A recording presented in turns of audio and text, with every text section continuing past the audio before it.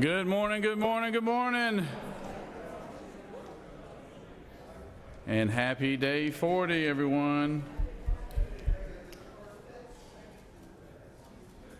Oh, yeah. I didn't bring the hind catcher or my baseball, sorry.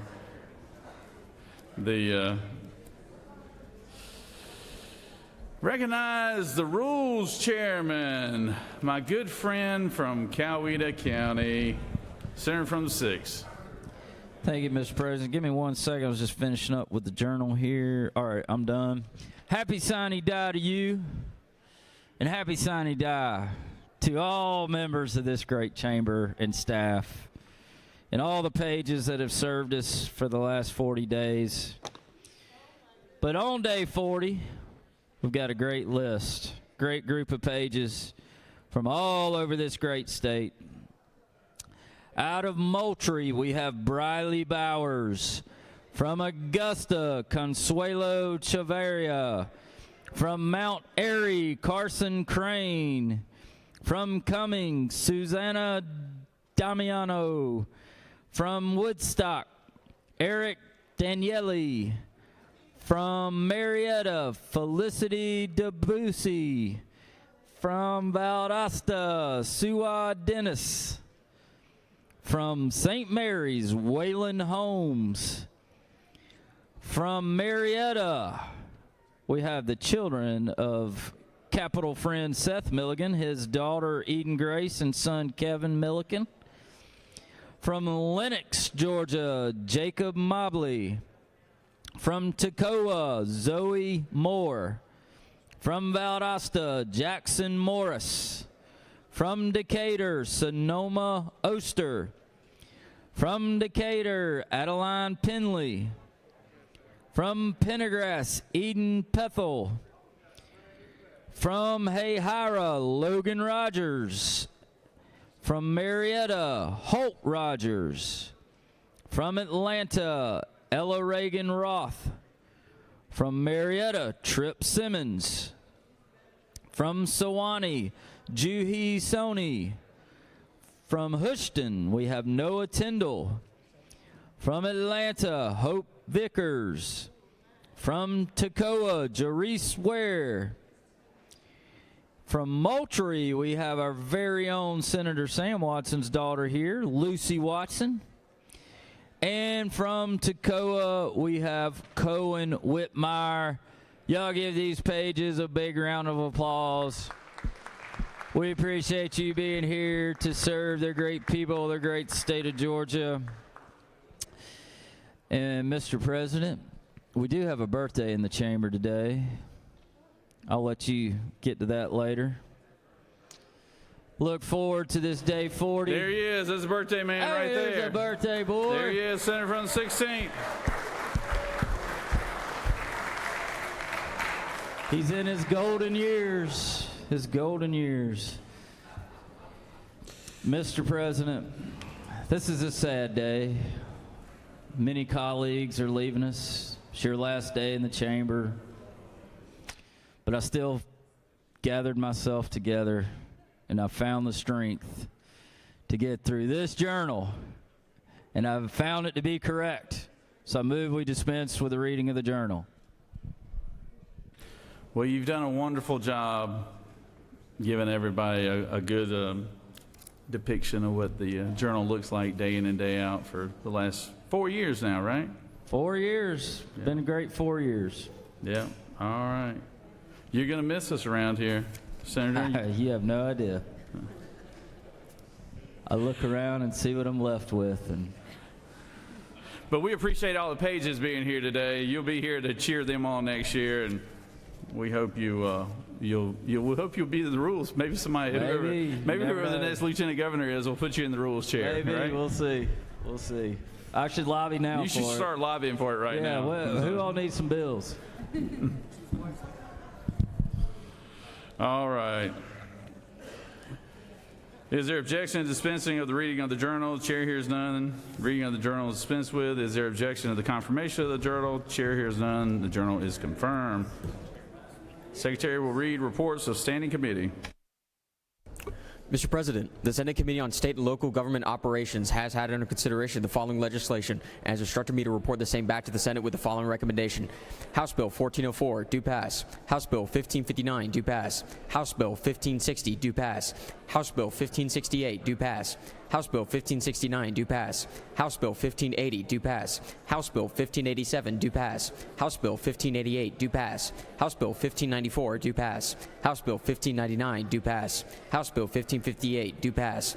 House Bill 1562, do pass. House Bill 1563, do pass. House Bill 1564, do pass. House Bill 1565, do pass. House Bill 1566, do pass. House Bill 1573, do pass. House Bill 1575, do pass. House Bill 1576, do pass. House Bill 1581, do pass. House Bill 1582, do pass. House Bill 1583, do pass. House Bill 1595, do pass. House Bill 1598, do pass. House Bill 1601, do pass. House Bill 1602, do pass. Respectfully submitted, Senator Dixon of the 45th District Chairman. Mr. President, that completes the order.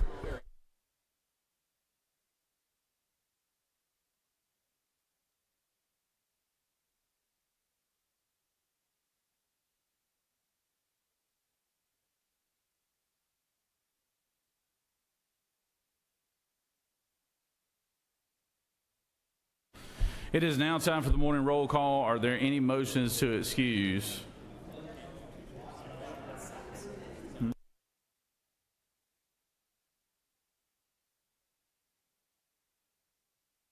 Senator from the 9th, will you, could you excuse your seatmate?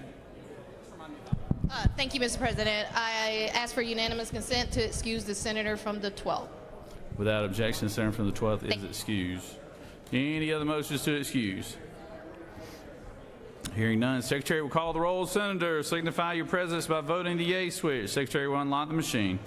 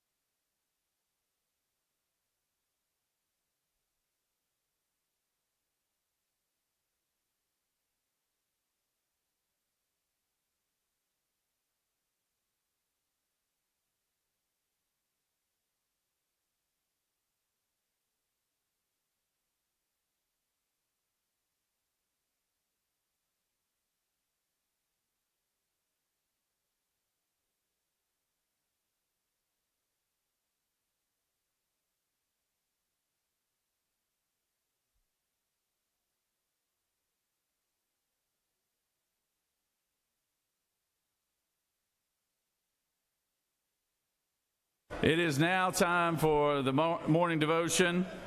We have a very special guest here today, a gentleman who is very familiar with these hallways, Mr. Wes Cantrell. Served 8 years in the House. He was always a fine legislator and always a good friend in his years there. And I hear he's an even better communicator and preacher too, so I'm looking forward to this. So, but I'd ask the doorkeeper to secure the chamber at this time, and I recognize the senator from the 56th to lead us in our pledge and introduce our pastor of the day. Thank you, Mr. President. Please join me to pledging to the American flag. I pledge allegiance to the flag of the United States of America and to the republic for which it stands, one nation, under God, indivisible, with liberty and justice for all. And now the Georgia flag. I pledge allegiance to the Georgia flag and to the principles for which it stands, wisdom, justice, moderation, and courage. Good morning, Senators. I am thrilled to have a good friend and the associate pastor of Woodstock Baptist Church, Wes Cantrell, who most of us know very well. He has served at Woodstock Baptist for over 20 years, and he served here as a state rep from 2014 to 2022 when he learned the most important thing of why God created senators, so the representatives would have heroes. He's been married to his wife Jane for 40 years, and they have 3 children, 2 daughters-in-laws, 1 son-in-law, and 5 grandchildren. And in his bio, he said that I could make up the rest. Rather than making up the rest, I want to share a very quick story. Many years ago, we were at the July 4th parade in Woodstock, Georgia, and we had our entire delegation from Cherokee County together riding atop of my fire engine. And when we got on there and we pulled out into the main drag, this is a very, very popular parade, we all learned that nobody really knew who any of us were, but everyone knew who Pastor Wes was. I swear 10,000 people were shouting out, Pastor Wes, waving, smiling, etc. And that was the type of impact he has had in our community. He has done more than most of us will ever know, and he's a real treasure, and I'm glad to introduce him to you today as our pastor today. Pastor Wes. Well, good morning. Thank you for allowing me to be here today. And Senator Albers, thank you for the kind introduction. Happy Sine Die to all who celebrate, right? Okay, I've experienced a few of these myself.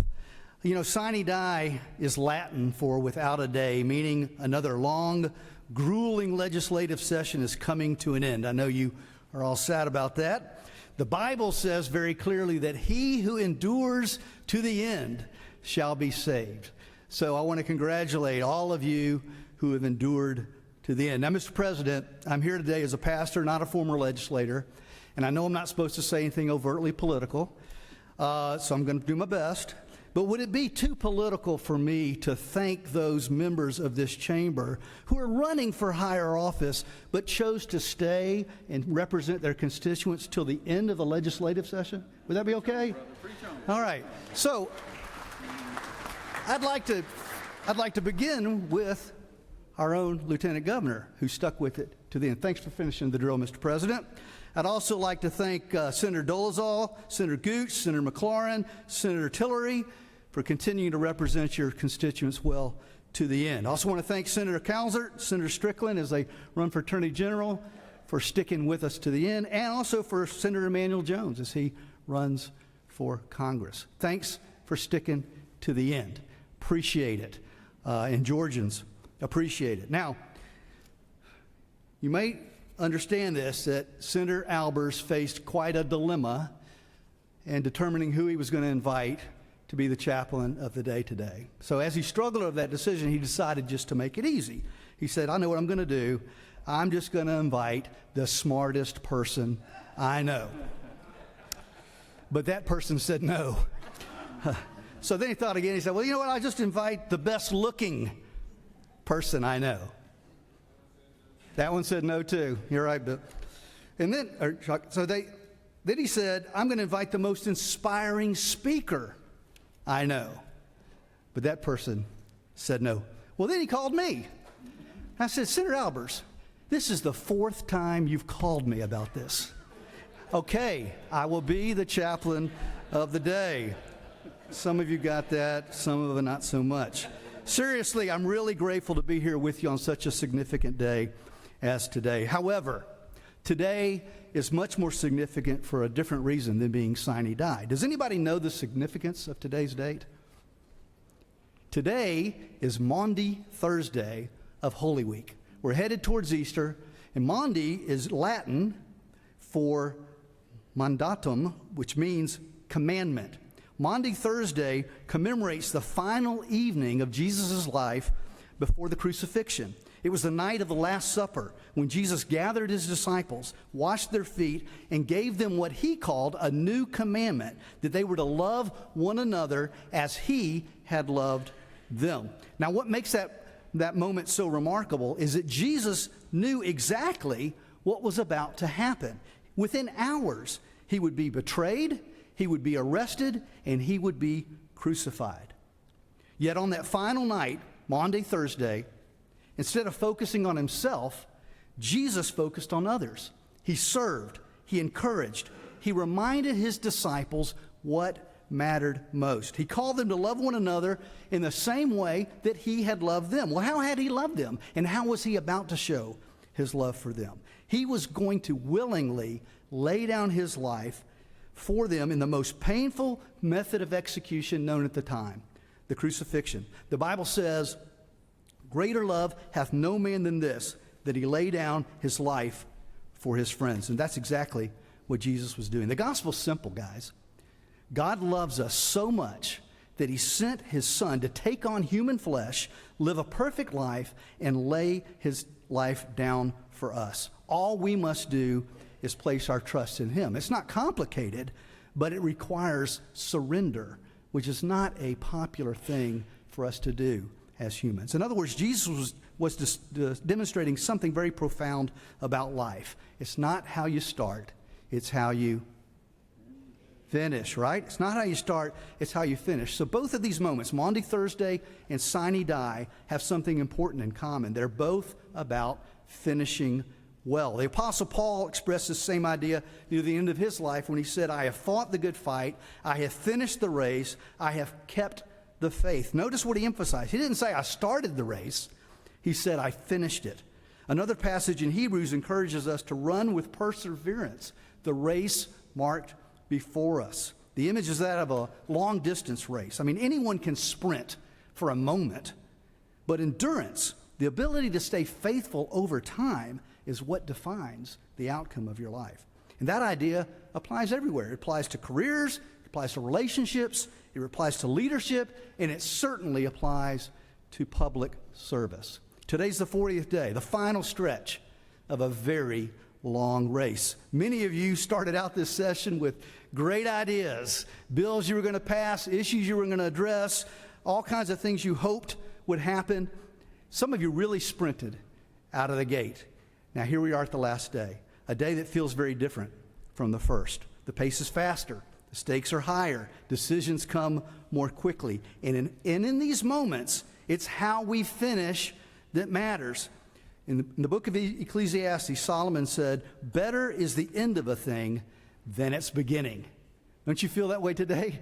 Better is the end of a thing than its beginning. That's a countercultural idea. Our culture celebrates launches.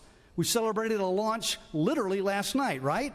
But you know when I'm going to really celebrate is when those astronauts are safely back, because how they finish is what really matters. Yeah, it's a beautiful start, but let's see how it finishes.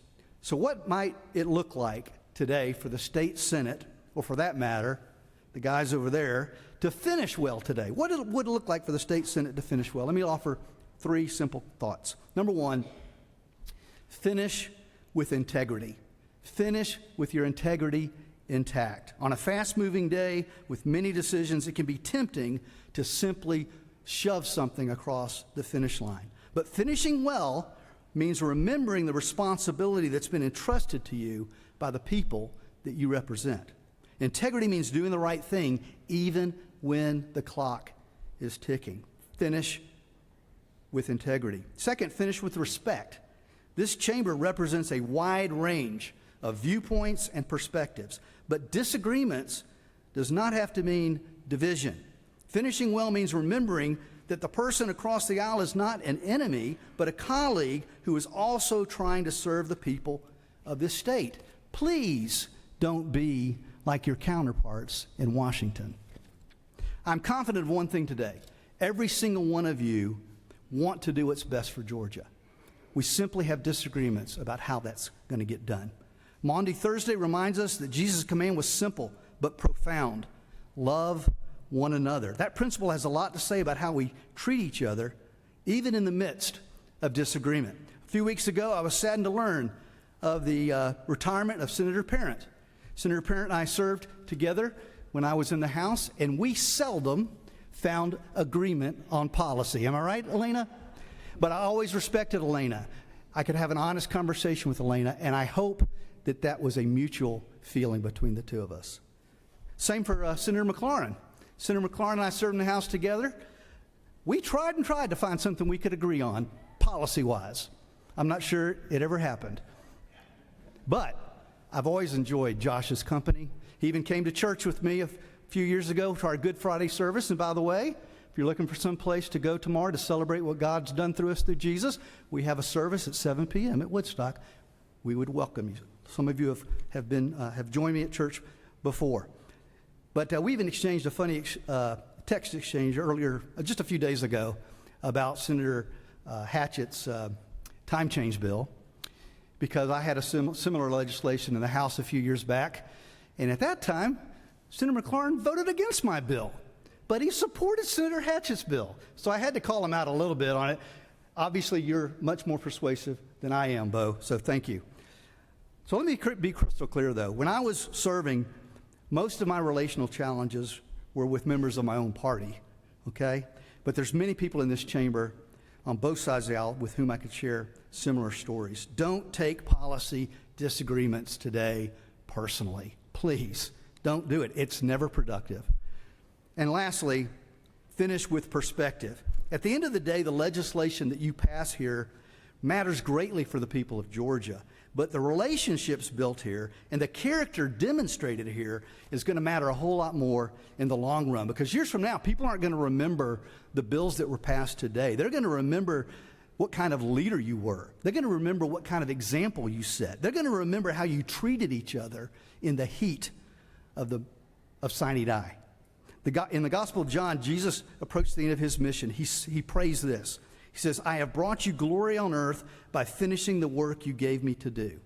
Finishing the work. That's the goal for all of us, in our families, our communities, our callings. So on this Maundy Thursday, and on this final day of the legislative session, my encouragement to you is simple. Run the race well. Treat one another with kindness and respect. Serve with integrity, and finish the work well. Because ultimately, it will not be the enthusiasm of the beginning that defines a life or a legacy. It will be the faithfulness of your finish. Thanks again for the opportunity to be here today. And if you will join me, I'd be honored to close our time in a word of prayer. Father, we're grateful for this being the last day of legislative session. We're grateful for Sine Die. And Lord, I pray for all of us in this room that we would finish well today. Help us to be kind to each other. Help us to treat each other with respect. And Lord, most of all, help us to get good things done for the people of our great state that we get to live in. So we pray for your guidance, your wisdom today, your courage to do the right thing. And Lord, pray that everyone would try to be an encouragement to one another throughout the day. We pray all this in Jesus' name. Amen.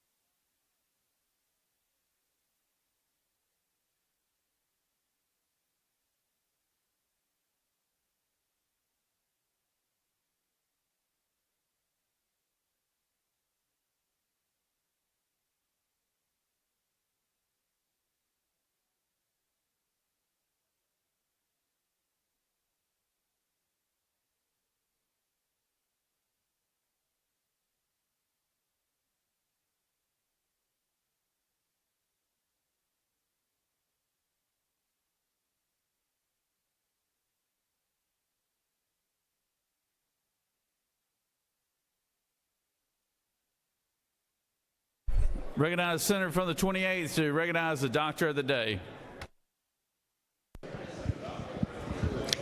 Is she up there? Is she up there? The nurse? The doctor? Come on down.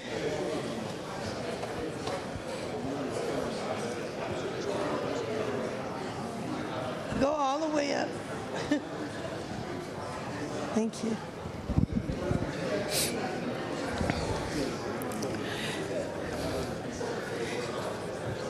Senators, hello, it's on. Senators, it is my honor and privilege to introduce the doctor of the day.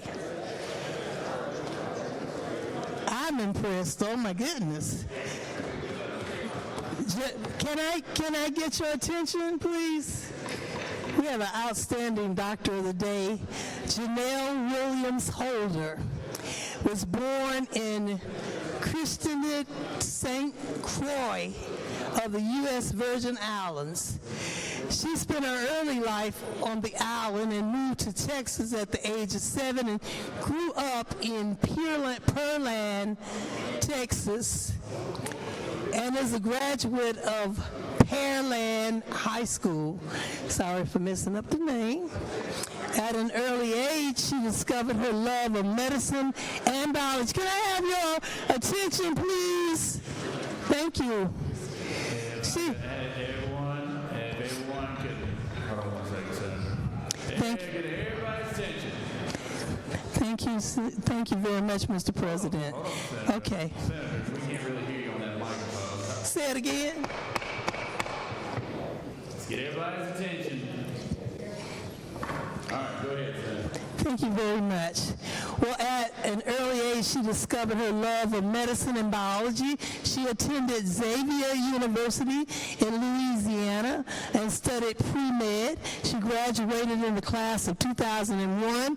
She pledged Delta Sigma Theta Sorority Incorporated in fall of 1999, Gamma Alpha Chapter, and she completed medical school at the University of Texas, Houston Health Center, Science Center, the class of 2005. And she completed a residency in internal medicine and pediatrics in 2009. Dr. Williams Holder was a practicing internal medicine hospitalist for 11 years. She recognized her desire to help patients facing serious and life-limiting illnesses and completed a fellowship in hospice medicine at Emory University. She is currently an assistant professor for palliative and hospice medicine at Emory University in Atlanta. She has resided in Mapleton, Georgia, God's country, for over a decade. Dr. Williams Holder's interests are in ethical issues in medicine, and she served on the hospital's ethics committee for a number of years. She is currently active on the Grady Hospital Ethics Committee. And Dr. Williams Holder is a member of the American College of Physicians and the American Academy of Hospice Medicine. Dr. Williams Holder is passionate about addressing health disparities. She incorporates educational topics in her work. She has developed and taught curriculums regarding health and disparities to learners and mentees as well. She is currently working on teaching techniques to help women collaborate with the emphasis of support and collaborative Black women in the academia. And lastly, she is married to Dr. Andre Holder and is the mother of Lucas and Layla Holder. She enjoys traveling, crafting, gardening, beekeeping, and spending time with her family. And I hope she'll add also being the doctor of the day to this list. Without further ado, Dr. Janelle Williams Holder, MD. Thank you. All right. Please welcome our doc of the day. Let's give her a round of applause. Well, good morning, everyone. Thank you for such a warm welcome and a very detailed introduction. As mentioned, I do practice general internal medicine and end-of-life care. I just want to at least say thank you, everyone, for the work that you do. It is impactful, and it's represented in the way that I care for my patients. I know all of the work that you do will trickle down and positively impact the care that I provide for them. Thank you. All right. Good job.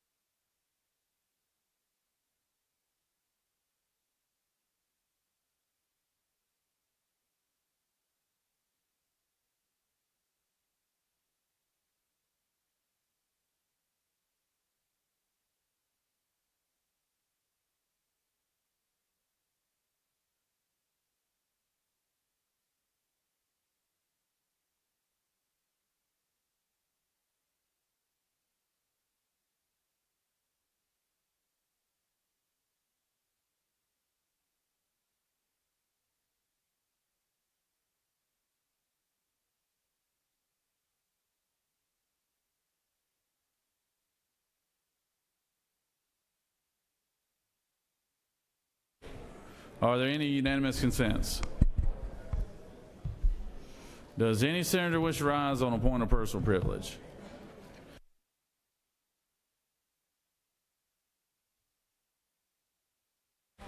All right, recognize the senator from the 2nd.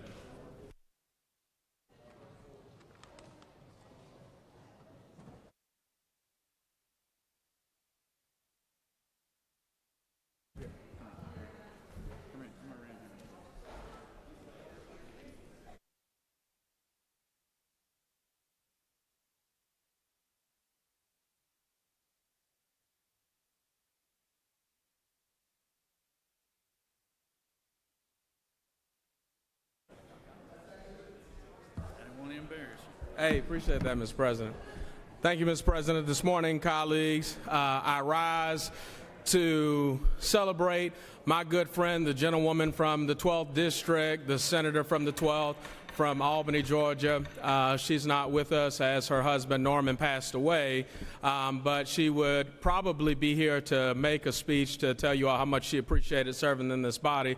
Since I came to the Senate 4 years ago, the senator from the 12th has been a dear friend of mine, and I'm going to miss her the next biennium. I know many of you will miss her. She's been a steady hand, wise counsel, my soror along with Senator Wicks. Remember first coming to the General Assembly, and there was only one member of Zeta Phi Beta Sorority Incorporated, and that was none other than the gentlewoman from the 12th. And she welcomed me with open arms and did everything she could do to help me. I miss her every day that she's not here because she was my talk trash buddy. So with that, Mr. President, I just ask everybody to celebrate the gentlewoman from the 12th. And I would also like to recognize my other good seatmate who's gone. That was Senator Estevez. His mother, Linda Estevez, has passed away after her battle with Alzheimer's. So I would like us all to just stand for a moment of silence for Linda Estevez. If everyone could please cease all conversations and stand for a moment of silence at the senator's request. Thank you, Mr. President. And with that, I yield the well. Thank you, Senator. Recognize Senator from the 42nd, Old Country Lawyer from McDonough.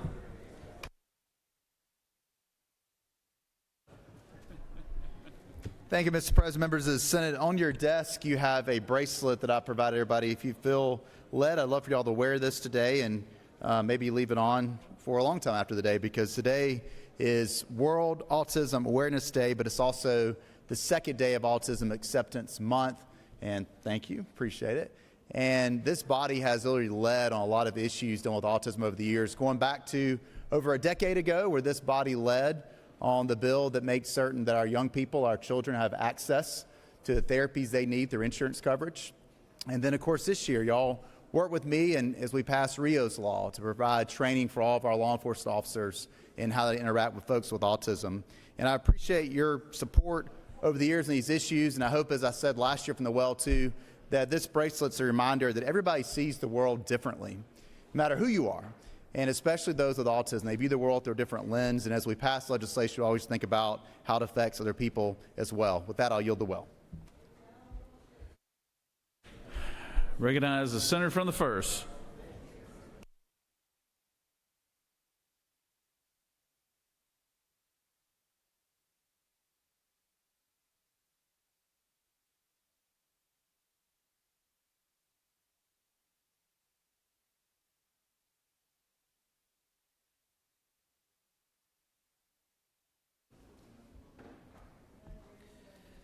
Thank you, Mr. President.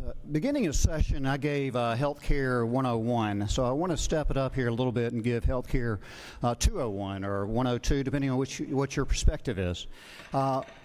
If you remember, we did waivers 1115 and 1332, and that's what's called pathways out of poverty. We'll give them Medicaid, and that's hopefully a revolving system. We've had about 15,000 people revolve in and out. The other bill, the 1332, that's called access, and that's 100% of federal poverty level up to 400% of federal poverty level. So back early in the session, the debate was on the one big beautiful bill, HR resolution number 1.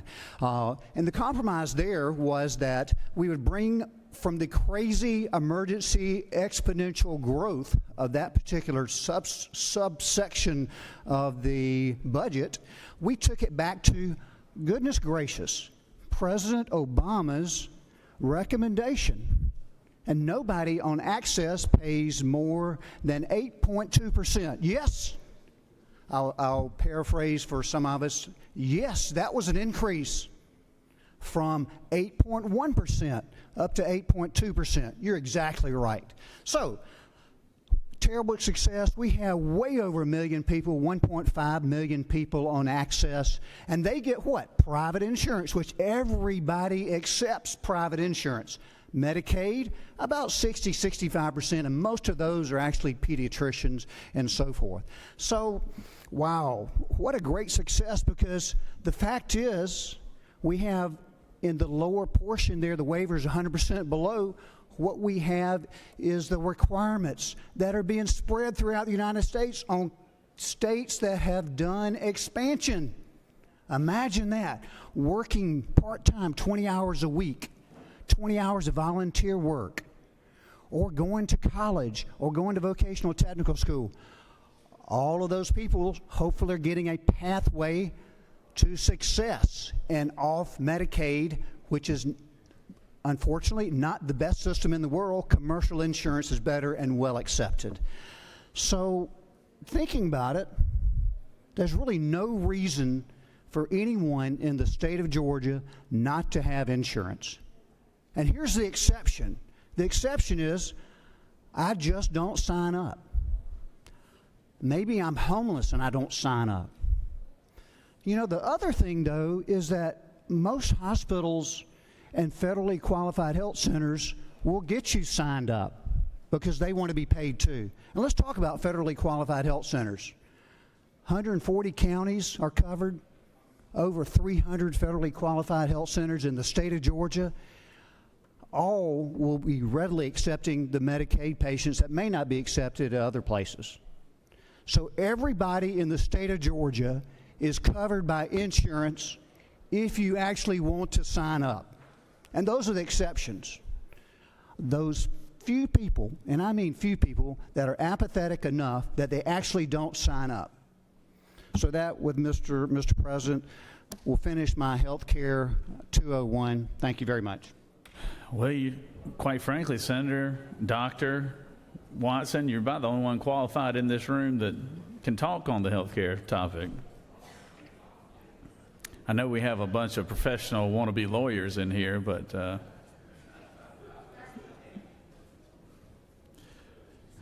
not you, Doc. Recognize Senator from 33rd.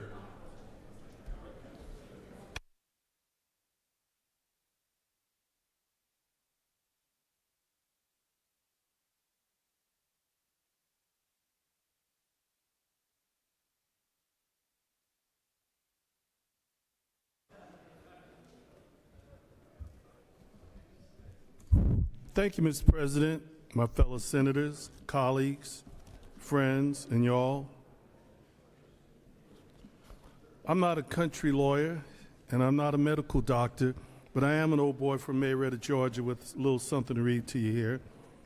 Good morning. I rise today to honor a week that calls us to remember the strength of survivors and the compassion of those who walk beside them.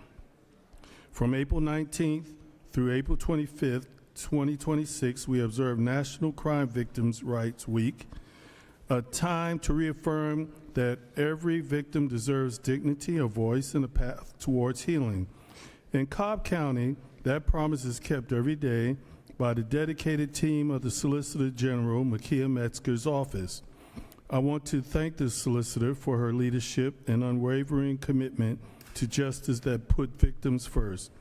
Under her direction, an exceptional group of victim advocates led by Director Sirpa Vidora, and with Megan Epstein, Stephanie Beatty, Chloe Chin, and Erica Chukwara, Jasmine Guzman, and Biana Lopez, they all work tirelessly to guide survivors through the aftermath of crime. They offer not only resources and legal rights, but also empathy, respect, and hope. To every survivor in Cobb County and across the state, you are not forgotten. Your courage fuels our work, and to the advocates and prosecutors who stand with you, thank you for your steady hand and kind heart our justice system needs. Let this week be a reminder that protecting victims is not just a resolution, it is ours to it is our shared responsibility. Thank you so much, Mr. President. I yield the well, and let's give a hand to the victims. Thank you.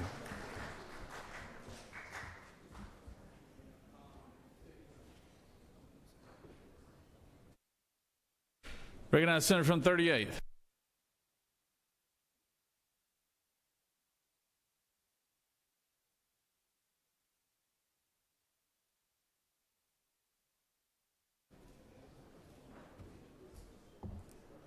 Thank you, Mr. President.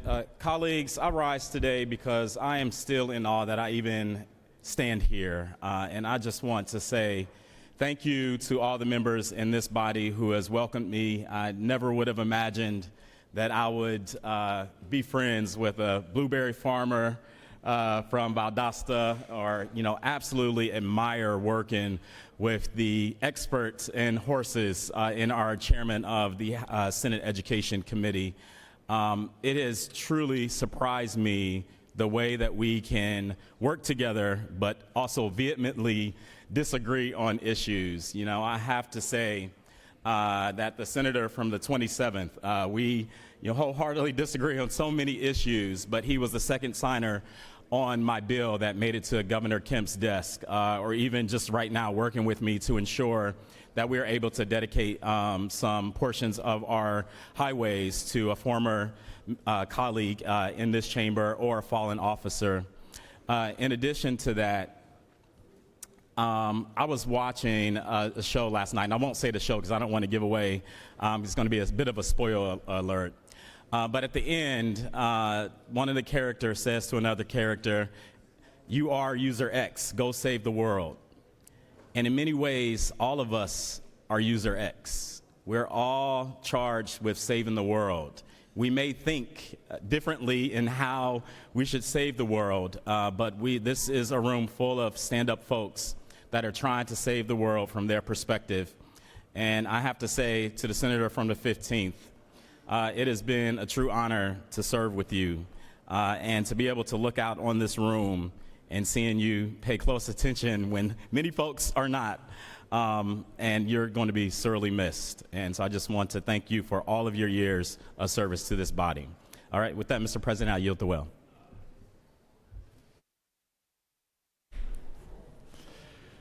I also want to recognize the senator from the 10th. It was your birthday yesterday, wasn't it, Senator?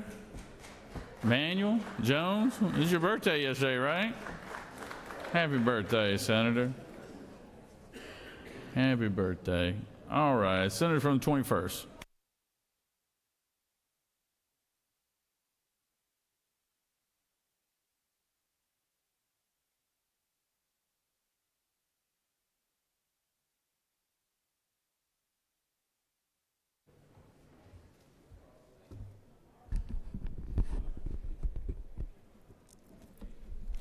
Thank you, Mr. President. Mr. President, colleagues, ladies and gentlemen of the Senate, as we stand here on the final day of the 2026 legislative session, I rise with a full heart and a deep sense of gratitude. Serving alongside each of you has been one of the greatest honors of my life. Day in and day out, we have come to this chamber representing different communities, different perspectives, and different ideas, but united by one shared purpose: to serve the people of Georgia. This body's worked tirelessly. We've debated. We have disagreed at times. And we have pushed one another to be better. But through it all, we have remained committed to doing what's right for our constituents. That is what makes this institution strong and everlasting. To every senator in this chamber, thank you. Thank you for your dedication, your professionalism, and your willingness to serve. The long hours, the difficult decisions, and the sacrifices made away from your families do not go unnoticed. Your districts are better because of your service, and our state is stronger because of your leadership. As we close out this session, let us remember why we're here. We're not here for the headlines. We're not here for recognition. We're here for the people back home, the families, the small business owners, the teachers, the first responders, all of those who trust us to be their voice under this gold dome. For those of you pursuing higher office, I want to wish you the very best. I know firsthand the commitment it takes to step forward and to lead, and I have no doubt that each of you will continue to serve with distinction and honor in whatever path God may choose. I also want to take a moment to recognize our Lieutenant Governor Burt Jones. It's been an honor to serve under your leadership this session. Your steady hand and commitment to this chamber have helped guide us through important work for the people of Georgia. And Mr. President, I will say this, looking ahead, I'm excited for the future of our state. I look forward to witnessing your swearing in next year as the next governor of the great state of Georgia. Colleagues, public service is not always easy, but it is always meaningful. And while this session may come to a close today, our responsibility to those we serve continues tomorrow. Thank you for the opportunity to serve alongside each of you. Thank you for your friendship, your partnership, your commitment to Georgia. May we leave here today proud of the work we've done and even more committed to the work that still lies ahead. Thank you, and may God continue to bless each of you, your families, and the great state of Georgia. Mr. President, I yield the will.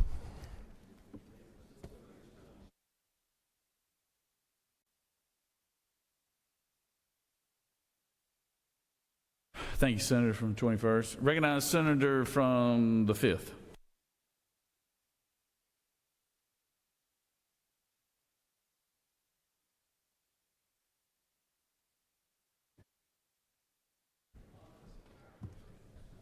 Thank you, Mr. President. I just want to take a moment. So I know been here for a few years now for me, and every other session, that we lose some friends and our Senate family member. I know this year a lot of you are leaving, running for higher office. I just want to say good luck on your election. I know one of you all either sitting here in this room or not here, going to be taking over, Mr. President, right here. And I just want to say enjoy it. It's a blessing to serve with you all. And I know sometimes we don't agree with everything that we present here, but most of the time I want people of Georgia to know that we vote 80–90% of the time together. We just need to move the state forward. We need to stay positive, and that's what I want to say. Thank you. It's a blessing to serve with you all, because individually I might not see you all in this room together, and I say good luck. Thank you, Mr. President. I yield the word.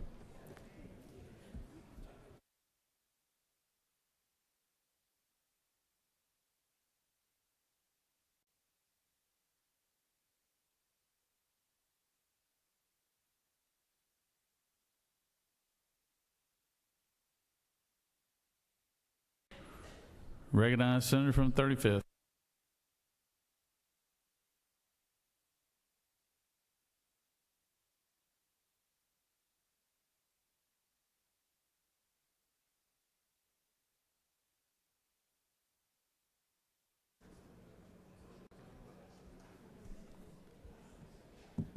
All right.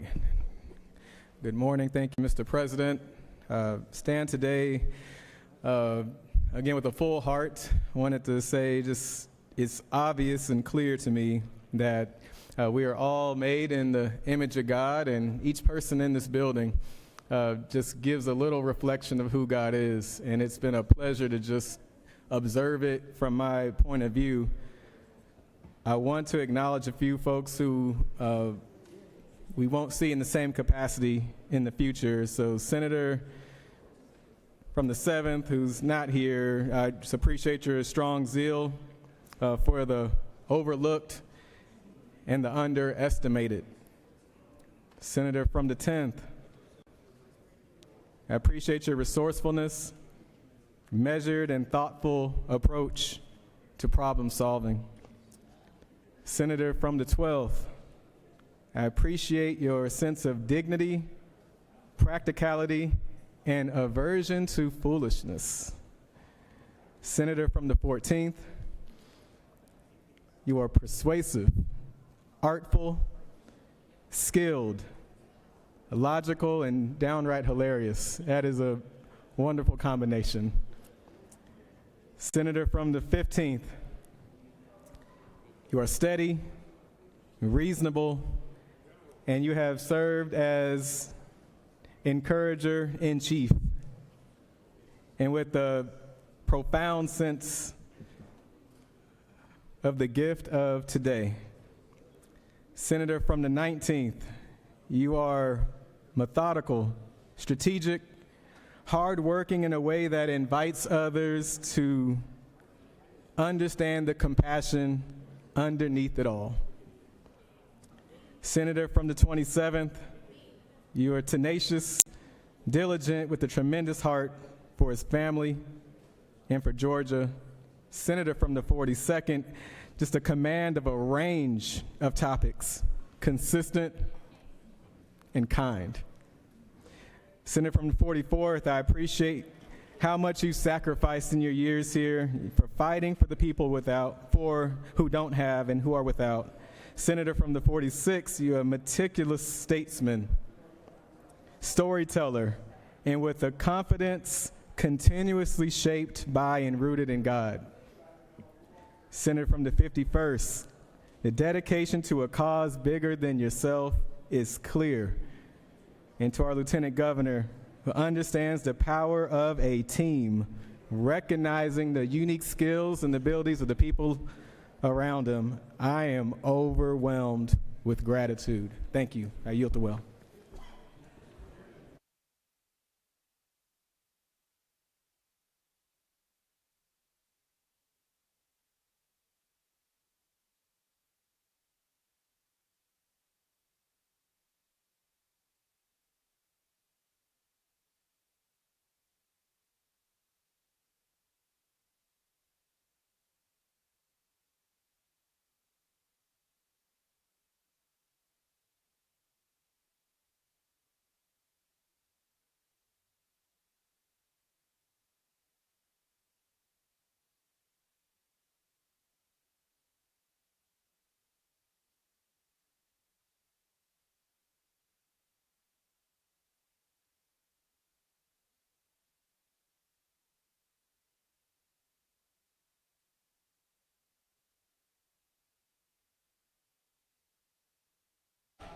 Recognize Senator from the 43rd.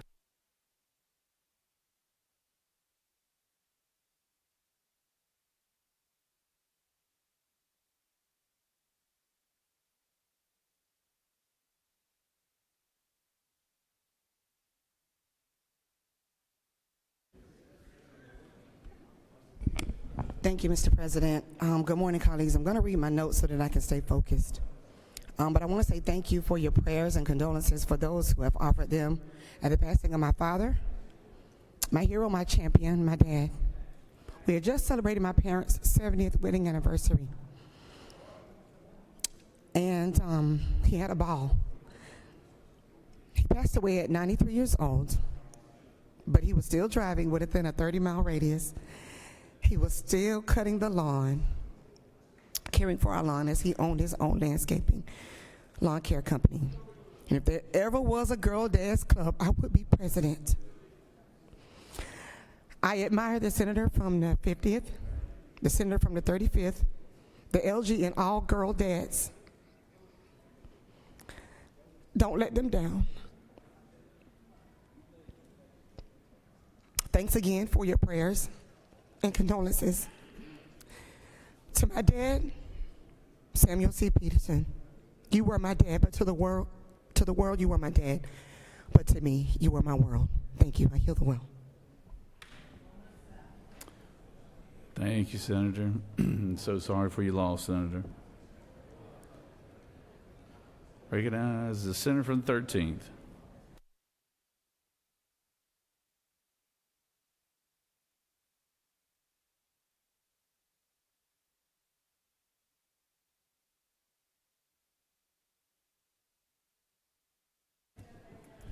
Thank you, Mr. President. Mr. President, I'd ask for a special exemption here to mention a name of a senator. I know we're supposed to call them by numbers, but I don't like calling anybody by numbers. I like to call them by name. I'm going to tell you something, folks. This is not a Democrat thing. This is not a Republican thing. This is a people thing and a person thing. We are going to miss Freddie Powell Sims. We are going to miss Freddie Powell Sims. As you well know, Freddie's district and my district, we touch each other down there. And I want you all up here in the Atlanta area to realize, or even try to visualize, what it's like to have 12 or 13 counties in your district.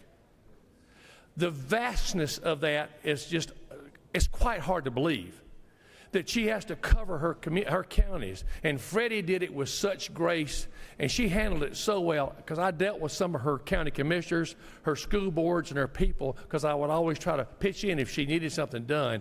And they respected her, and she respected them, and she made it happen for her area. And in South Georgia, guys, we have to work. I don't want to say we work harder than you all. We just have to work more, because our districts are so big, as we were talking, and it's just so vast to get around our districts. My district's 9 counties. You can drive 70 miles an hour, and it'll take you over 2 hours to cross my district without traffic. Give you an idea how big it is. Our counties our land mass is so big. And Freddie Powell Sims has always been the perfect lady and the perfect senator for that area. She made sure those areas got one. When she announced her resignation today, I got texts across the board from legislation that she had on the table, concerning how, would Freddie be able to handle it? Would Freddie be able to do it? And I got to point out to our SLOGO chairman, he took it back over and made it happen for these folks. But replacing Freddie Powell Sims, whoever takes that seat right there, the 12th district, they will have, as we always say, some mighty big shoes to fill, folks. Some mighty big shoes to fill.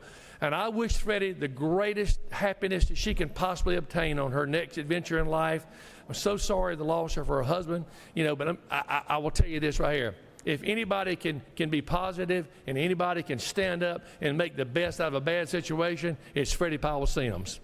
And I want you all to know that this Senate body will miss Freddie Powell Sims, and I will miss my dear friend Freddie Powell Sims. Thank you, Mr. President. No question. Freddie is she's a good woman, and she served this body well. She's a dear friend of mine, and I've got to serve with her for many years and had plenty of good laughs with her and the Ed Harbison there in that ante room when most people were out here hustling and bustling. We'd be over there talking and laughing and cutting up, because they're good old souls, and they just good southern folks that had a lot of good stories. And Freddie's a dear friend, and she's respected, as you said, by everybody there in Southwest Georgia. And because she represented everybody in Southwest Georgia. She didn't care about a party affiliation or anything. She worried about what she needed to do as an elected official to take care of her folks. And it didn't matter what county they were from either. You're right. So she's a dear lady, dear friend, and we wish her nothing but the best. So, and we are sorry for loss of Norman. Recognize Senator from the 24th.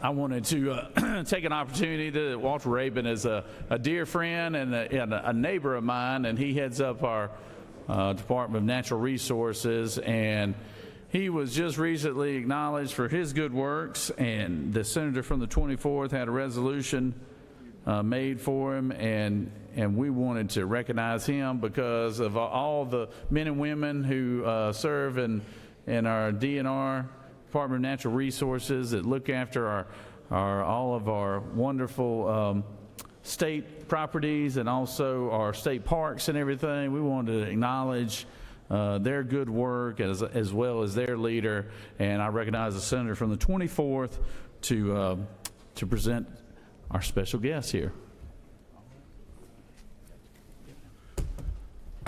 Thank you, Mr. President. It gives me great honor to bring you today our DNR Commissioner, Walter Rabin. A couple of months ago, our commissioner for the great state of Georgia was recognized for the Dallas Safari Club an award. This is an award that's worldwide. People are honored once a year for this occasion, and they from everywhere in the world.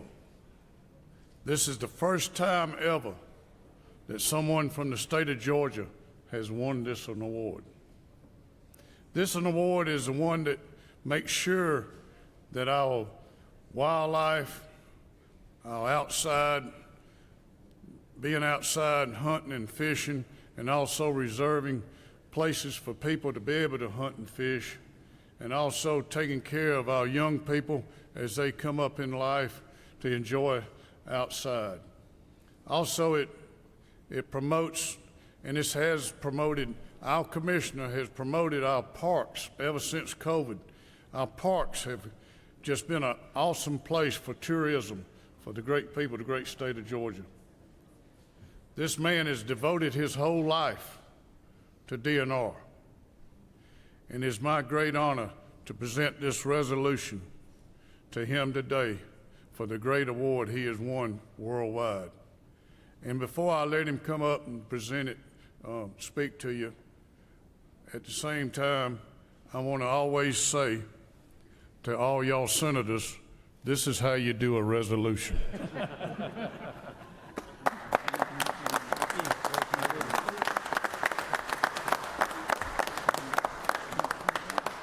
Thank you. That is truly an honor to be recognized on this chamber floor this morning. I'll say that I am truly the turtle on the post, and everybody gets that. Or to quote a great American, I can't do everything. And I truly can't do anything within DNR without my family back at home. But if you'll look at these men and women along the wall, they're a small representation of the 2,700 men and women within the Department of Natural Resources that serve our citizens every day. So I'd just like to thank this chamber.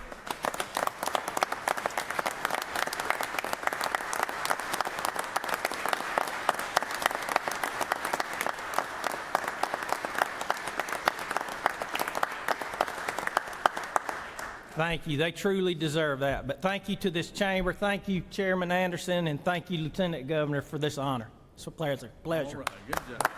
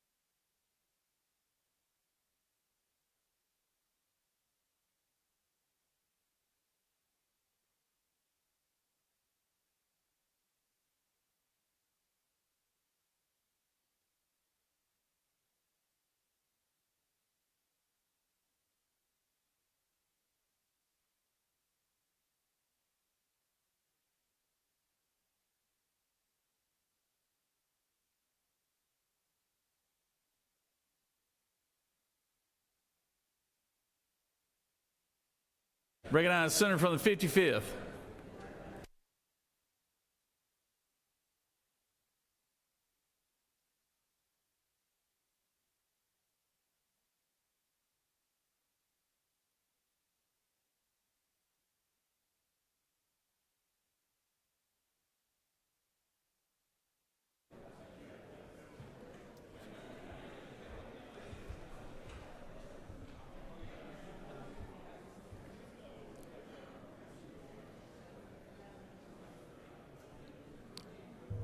My colleagues, I rise today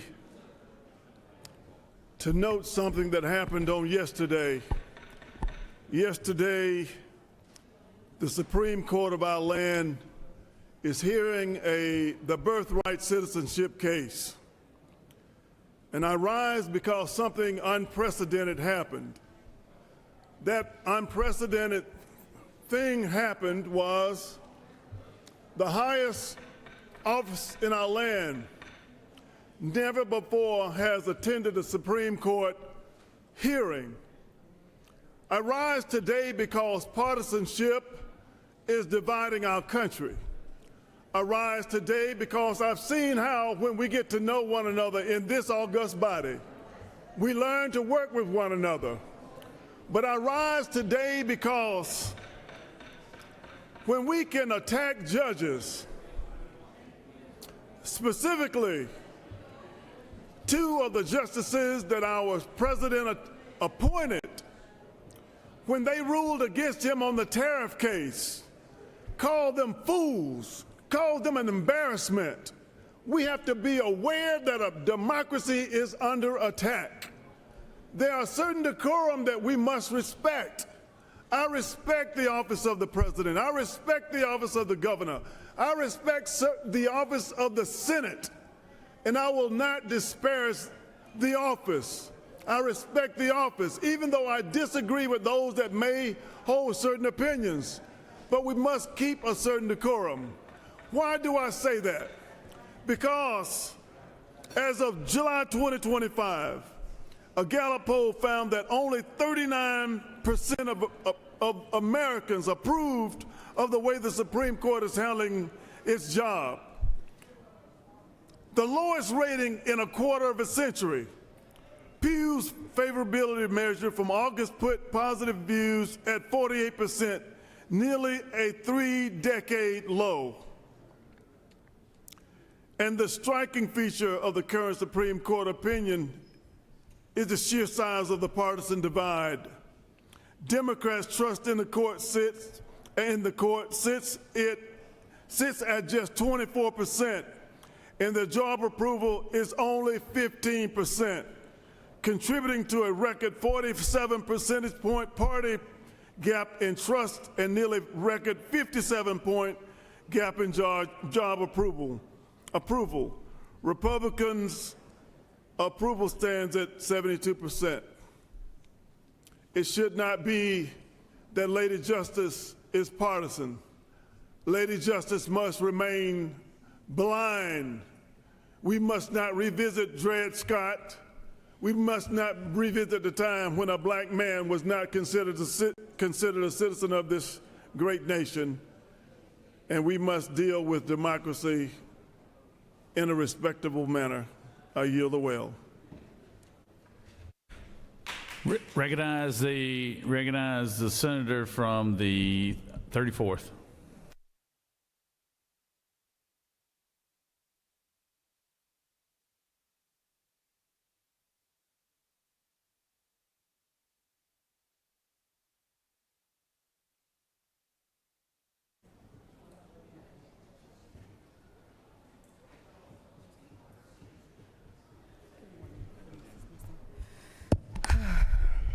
Good morning, Mr. President. Today, we recognize a woman who represents excellence, resilience, true community leader, Tamika Tiny Harris, a Grammy Award winner, yes, but her impact goes far beyond music. She uses her voice not just to entertain, but to uplift, advocate, and invest back into the community she helps shape.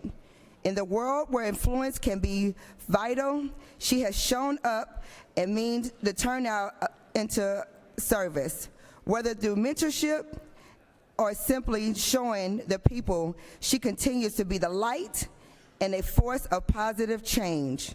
She reminds us the greatness is not just measured by awards, but how lives touched along the way. So today, we celebrate not only her achievements, but her heart, her commitment, and her unwavering dedication to the community. Thank you.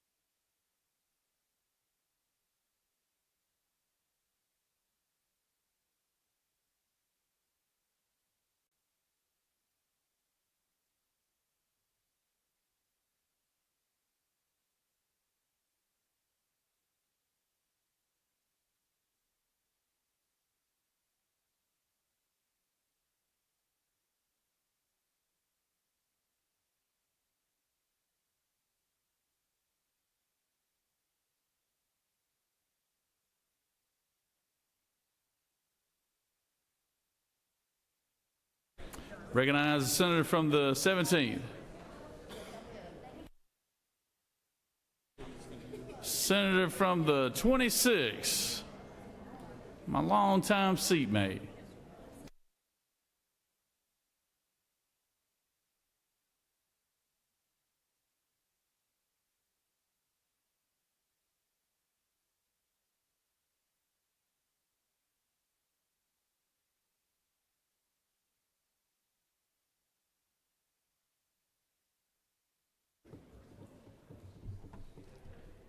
Thank you, Mr. President. Ladies and gentlemen of the Senate, you know, wisdom carries a lot of things with it. I want to tell the chairman of appropriations, stick with it, stand behind your gun. But ladies and gentlemen, we are sitting here to do a budget. That's one thing that we are supposed to do. We keep talking about being close. You can't be close on the last day and $100 million apart. Now, the only way that that can be resolved is that the governor would have to raise the revenue estimate. I don't think that's going to happen. So the last day, we ought not to be going to the twilight hours trying to pass an appropriations bill. Or if you don't pass it, you go into special session. And many of you like me got opposition, we got to run. So I don't think a special session is good for any of us. But what the holdup is $100 million. Projects that the House wants to put in the budget. The money ain't there. The revenue estimate has been done by the economists that the governor listened to. Now, all that surplus money that we've got, you got to realize that it came in because of the revenue estimate, and we were way over the revenue estimate in order to give us that surplus. I'm not in leadership, but my suggestion would be, in order to get that appropriations bill done, is that we have to lock down. We don't pass any House bills until we get a budget. The problem is, on the other side, and I can talk about it because I used to be on the other side, and I used to deal with the budget on the other side. And I'm telling you right now that while we sit here and debate what's going to happen to this state and the bills that we pass, the budget is the main bill. Now, I don't know how many are listening, whether or not House members are listening, but we don't have $100 million to give up. We don't have it. And the only way you can get it is that the governor has to raise the revenue estimate. And so what I said to you of those in charge, do your due diligence. Stand tall, realize what's happening, and make the House give us a budget before we start taking up any more House bills. We ought to have a budget so that we don't end up at the last minute trying to cut a deal that we're all going to regret if it ain't right. With that, Mr. President, I yield the way.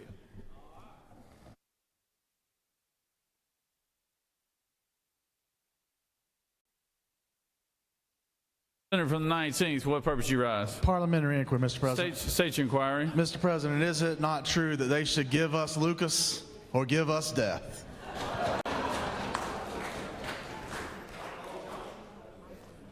I can tell you, Lucas knows more about that budget than he knows more about that budget than, and longer. He's known longer about it than most of us have been around. I can tell you that. The gentleman knows of what he speaks. All right, recognize Dean of the Senate.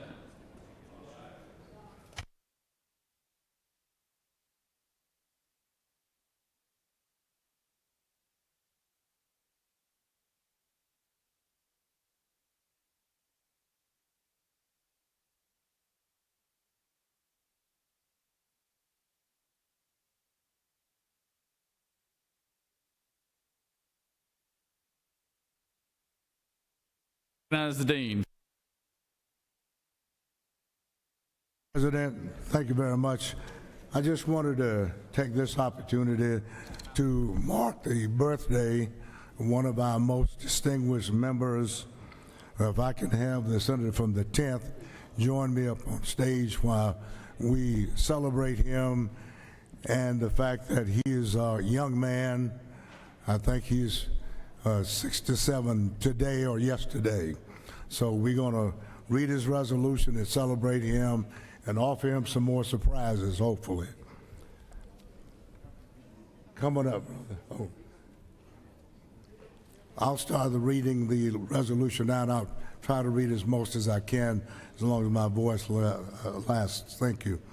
Whereas Senator Emanuel Jones, a dedicated public servant and respected business leader, has faithfully represented the citizens of the 10th Senate District since his election in 2024, serving the communities of Southwest DeKalb and Henry County with integrity, vision, and unwavering commitment.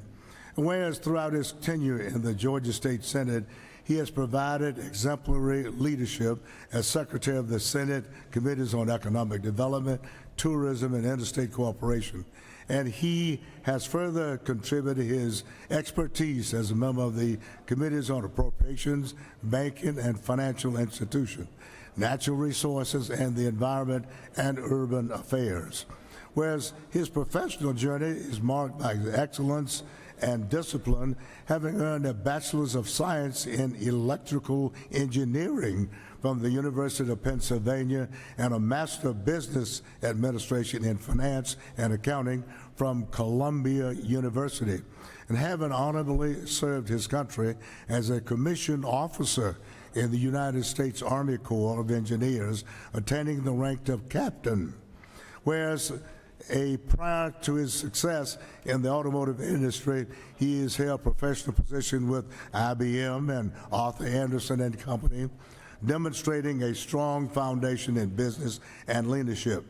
Whereas Senator Jones has been a recipient of numerous honors and recognitions, including being named one of Atlanta Tribune's magazine's Men of Distinction, receiving the Global Peace Festival Award in Malaysia, the Black Enterprise Top 50 Minority-Owned Companies Award, and the United States Department of Commerce Minority Service Firm of the Year Award, and the Atlanta Business League's 50th Most Influential Award, and being nominated for the John F. Kennedy Profile in Courage Award by Andrew Young.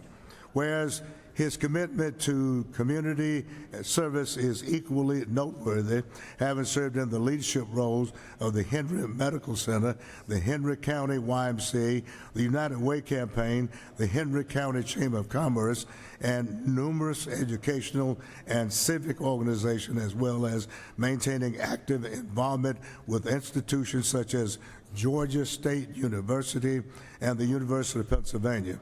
Whereas a man of strong character and purpose, Senator Jones is also a proud member of Kappa Alpha Psi fraternity, reflecting his lifelong dedication to service, leadership, and community uplift. And whereas the state of Georgia is indeed fortunate to have benefited from his tireless service, visionary leadership, and steadfast dedication of such outstanding individual. Now therefore be resolved by the Senate that the members of this body recognize and commend Senator Emanuel Jones for his many years of faithful and distinguished service to the state of Georgia, and extend to him the deepest appreciation for his leadership, integrity, and enduring contribution to the citizens of this great state. Be it further resolved that the Secretary of the Senate is authorized and directed to make an appropriate copy of this resolution available for distribution to Senator Emanuel Jones. Signed, President of the Senate, Larry Walker, President Pro Tem, Secretary of the Senate, Senator Ed Harvey 15. Now I present to you Senator Emanuel Jones. All right, good job.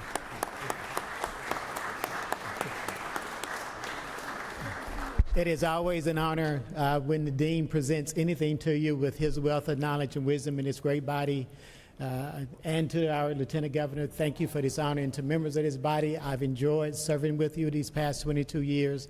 Thank you. God bless you.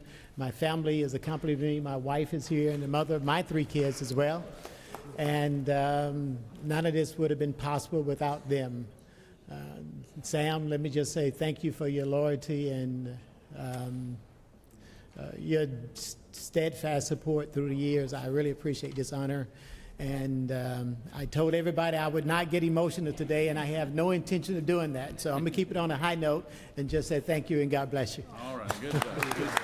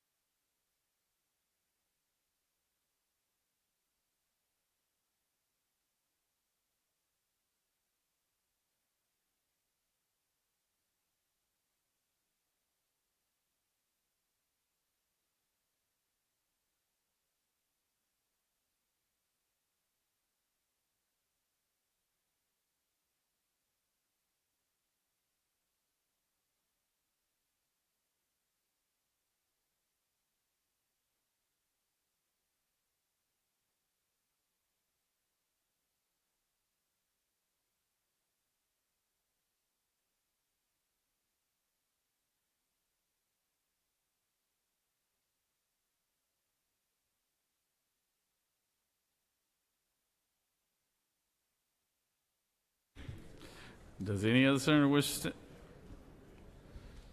be recognized on a point of personal privilege? All right. You have before you a consent calendar of privilege resolutions. Does any senator wish to remove a resolution from the consent calendar? Is there objection to the adoption of resolution on the consent calendar? Chair hears none. The resolution on the consent calendar is adopted.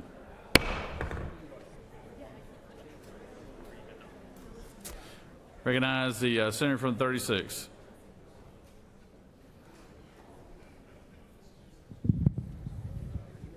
Thank you, Mr. President. I'd like to ask for unanimous consent to suspend the rules in order to allow for the introduction and to be read and passed of a series of privilege resolutions. Is there objection? Hearing none.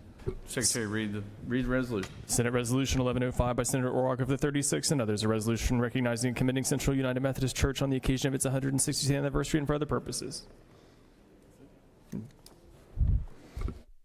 Is there objection? No objection. Secretary, continue. Senate Resolution 1106 by Senator Anderson of the 43rd and others, recognizing and commending Laura James and for other purposes.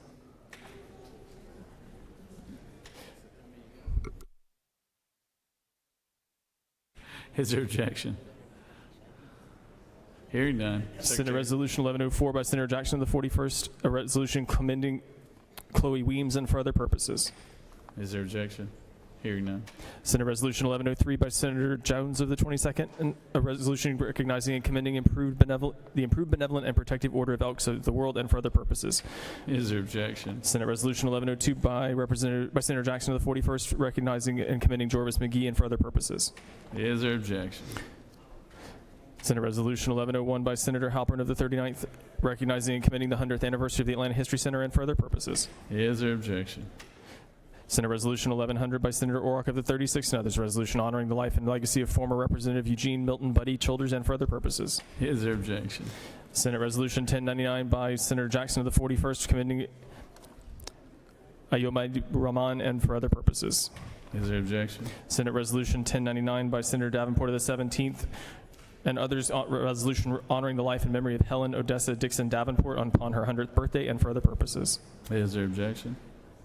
Senate Resolution 1097 by Senator Dickerson of the 21st and others, recognizing and commending Robert Terry Dickerson, a distinguished and longtime resident of Cherokee County, Georgia, for his lifetime of sacrifice, service, and unwavering devotion to his family and community and for other purposes. Is there objection?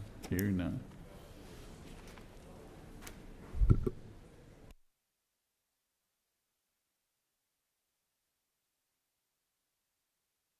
Are there any motions to withdraw and commit? You have before you a consent calendar of local bills. Mr. Secretary, have any objections been filed to any of the bills on the local consent calendar? Mr. President, no objections have been filed. Is there objection to agreeing to the report of committee on the state and local governmental operations, which is favorable to the passage of the bill on the local consent calendar? Chair hears none. The report of committee is agreed to. Questions on the passage of the bill on the local consent calendar. All those in favor will vote yea. Opposed, nay. Secretary will unlock the machine.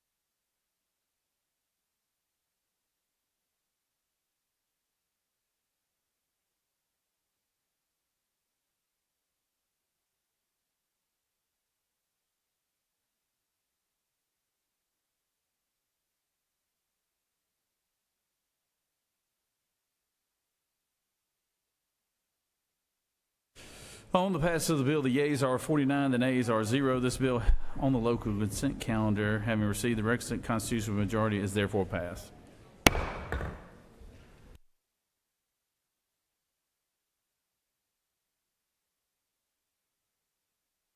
Recognize, or Secretary, recognize Senators from 51st. Thank you, Mr. President. I move that the Senate remove House Bill 1277 from the table. Secretary, read the caption.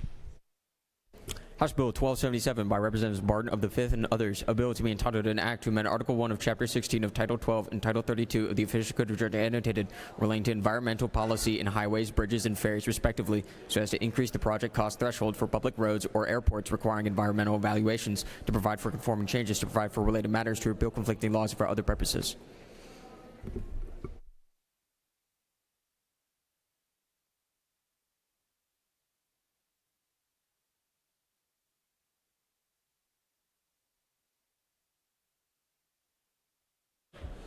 Is there objection? Hearing none, recognize the Senator from the 51st. Finish the caption, Secretary.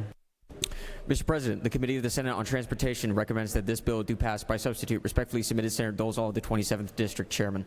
Mr. President, the Senate Committee on Transportation offers the following substitute to House Bill 1277, a bill to be entitled an act to amend Article 1 of Chapter 16 of Title 12 and Title 32 of the Official Code of Georgia annotated relating to environmental policy in highways, bridges, and ferries, respectively, so as to increase the project cost threshold for public roads or airports requiring environmental evaluations, to authorize annual adjustments and for other purposes. Mr. President, that completes the order.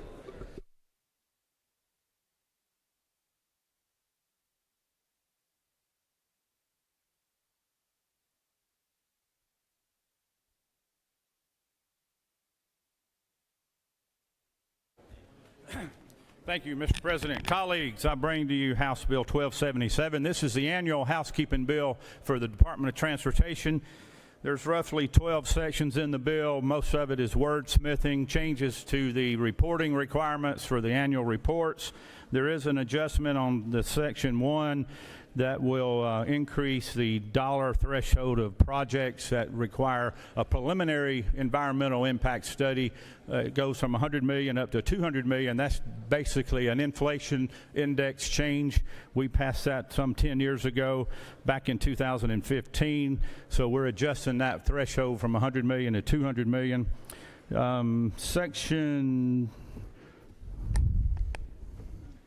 Let me go through the bill section by section. We've got a section in there dealing with surplus properties that would increase the value of a surplus property that could be sold by online auction or by the department's jurisdiction and their discretion, so it doesn't bog down in the bureaucracy and cost too much money to get rid of some of these small remnants. You'll find in the DOT there's a lot of small remnants of property along roads that have been adjusted and widened over the years. Some of those small parcels have no value whatsoever, so this is just a cleaner way to get rid of those properties, get them back on the tax rolls of the local authorities.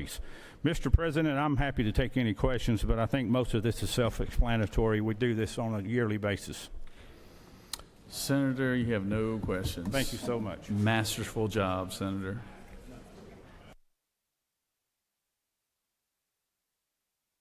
Does any other senator wish to speak for or against the measure? Chair hears none. Is there objection to the previous question being ordered? Chair hears none. The previous question is ordered. Questions on the adoption of the committee substitute. Is there objection to the adoption of the committee substitute? Hearing none, the committee substitute is adopted. Is there objection to agreeing to the report of committee which is favorable to the passage of the bill? Chair hears none. The report of committee is agreed to. Is there objection to the main question being ordered? Chair hears none. The main question is ordered. The question is on the passage of the bill by substitute. All those in favor of the bill will vote yea. Opposed, nay. Secretary will unlock the machine.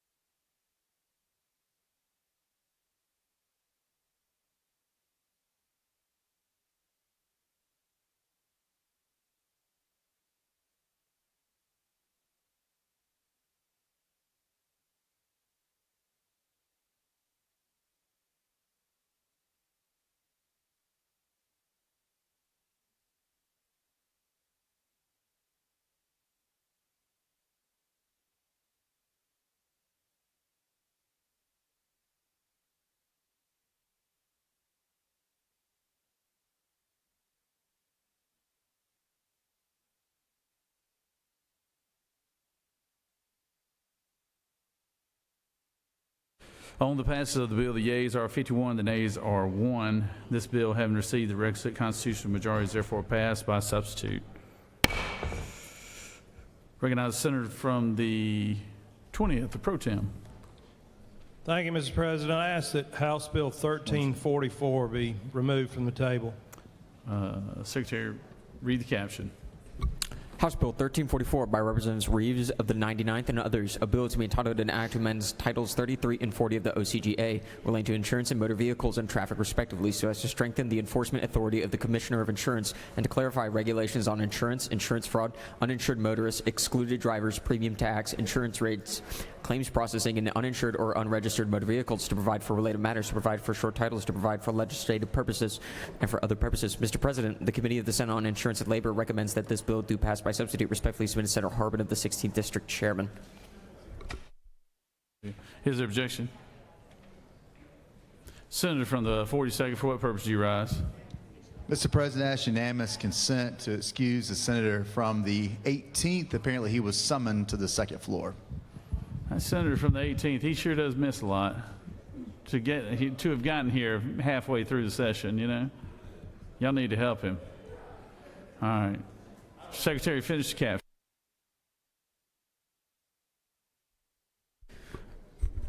Mr. President, the Senate Committee on Insurance and Labor offers the following substitute to House Bill 1344, a bill to be entitled an act to amend Titles 9, 15, 23, 33, and 40 of the Official Code of Georgia annotated relating to civil practice, courts, equity, insurance, and motor vehicles and traffic, respectively, so as to establish certain protections for individuals, titles, and properties, provide for risk mitigation against loss, and strengthen the enforcement authority of the Commissioner of Insurance, to provide for the submission of information on suspected insurance fraud, to provide for certain entities to pay into the Special Insurance Fraud Fund, to authorize the Commissioner to use such funds to employ prosecuting attorneys for the prosecution of insurance fraud, to prohibit the solicitation, release, or sale of automobile accident information, to provide for the recruitment of insurers to this state, to provide for violation and punishment, to provide for the retention of insurers in this state, to provide for timely claims processing after a catastrophic event, and for other purposes. Recognize the senator from the 20th.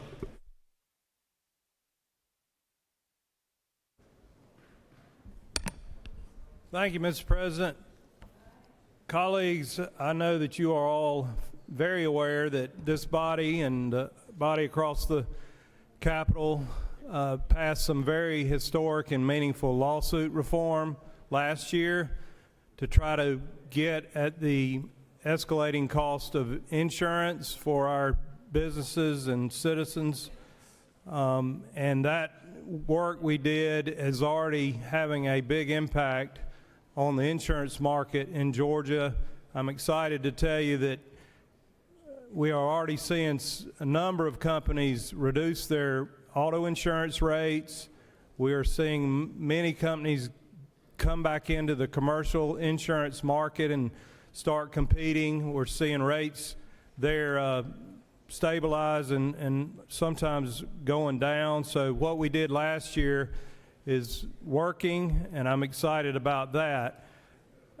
After we adjourned last year, the House formed a Blue Ribbon Study Committee on insurance rates. It was chaired by Representative Matt Reeves, and the vice chair was their Insurance Committee chair, Representative Lumsden. And they looked at had a lot of testimony, looked at all kind of issues that were driving cost of insurance in Georgia. And of course, we have our citizens that are just haven't seen inflation in all aspects of their life, housing costs and fuel and child care and everything, but insurance is a big component of that. They did a lot of good work, and House Bill 1344, the majority of this bill is as a result of that Blue Ribbon Study Committee. They have some very good measures. We agree with most of what they sent over, but we also wanted to include what Chairman Lumsden sent us in House Bill 1263 and some ideas that Chairman Harbin and I had on my bill was Senate Bill 409 and Senate Bill 503. So this is sort of an omnibus insurance bill, and I'll just go through it section by section as quickly as I can and then answer any questions. But Section 1 basically names it as the Georgia Insurance Fairness Act and outlines the purpose of the legislation. Section 2 has to do with an increase in fees that the insurance companies will pay, and captive insurance companies and all. It broadens that, what they will pay into the Special Insurance Fraud Fund, and it makes it a crime for basically attorneys to use runners or steerers to basically be ambulance chasers, and puts penalties in there for that. Section 3 authorizes the Department of Insurance to work with the Department of Economic Development to recruit insurance companies into our state. Section 4 authorizes the Commissioner to extend deadlines for filing claims after a natural disaster or catastrophic event. We saw this after, of course, Hurricane Helene.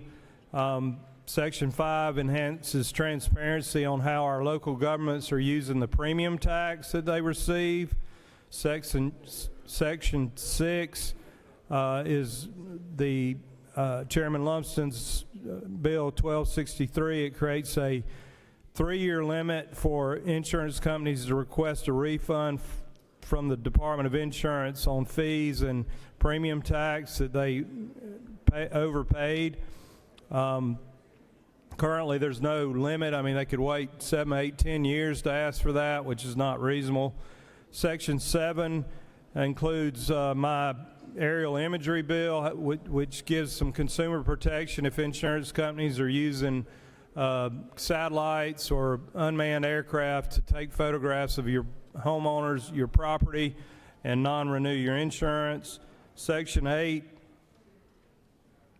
prohibits or extends the sort of statute of limitations for filing a lawsuit against a property on your property insurance if you're not satisfied with the way the insurance company has handled your claim.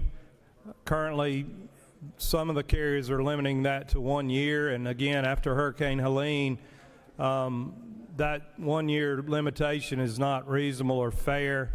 So it can be now it's going to have to be a minimum of 2 years. Section 9 is kind of a unique approach to try to provide some grant funding to improve housing, to get them out of the Georgia underwriting plan for their homeowners. Section 10 increases fines for uninsured drivers. Section 11 increases penalties for violations of the Georgia Insurance Code. Section 12 is Chairman Harbin's Senate Bill 503 that we passed, which has to do with marketplace guarantees on temporary rental, Airbnb type rentals. Section 13 allows you to use certified funds as tender, legal tender. And we moved the effective date of this out to January 1, 2027 as an accommodation for some of the concerns from the insurance companies to be able to implement these. But overall, it's a really, really strong measure to protect our consumers, create more transparency, and root out some of the causes of increased insurance rates. Mr. President, I'm happy to answer any questions if there are any.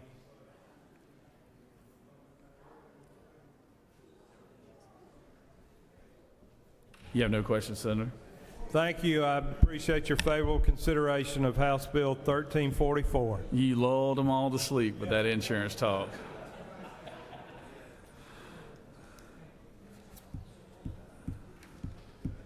There's nothing that gets folks excited like talking insurance policies. Does any other senator wish to speak for or against the measure? Chair hears none. Is there objections to the previous question being ordered? Chair hears none. Senator from the 42nd, for what purpose do you rise? A point of order. State your order. Mr. President, apparently the senator from the 18th has returned with a message from the governor. Oh, okay. Well, we're all ears, Senator.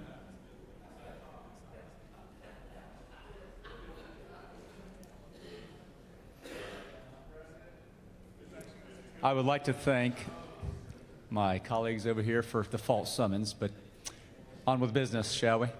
Oh, the governor didn't want to meet with you and talk budgetary items? I'm shocked. Oh, I thought you had negotiated a deal for us today, Senator. Senator from the 19th, what purpose do you rise? Point of order, Mr. President. State your order. Is it not true that the E beside Senator McNeil's name stood for embarrassed? All right. Does any other senator wish to speak for or against the measure? Chair hears none. Is there objection to the previous question being ordered? Chair hears none. Previous question is ordered. Questions on the adoption of the committee substitute. Is there objection to the adoption of the committee substitute? Hearing none, the committee substitute is adopted. Is there objection to agreeing to the report of the committee, which is favorable to the passage of the bill? Chair hears none. The report of the committee is agreed to. Is there objection to the main question being ordered? Chair hears none. The main question is ordered. Questions on the passage of the bill by substitute. All those in favor of the bill will vote yea. Opposed, nay. Secretary will unlock the machine.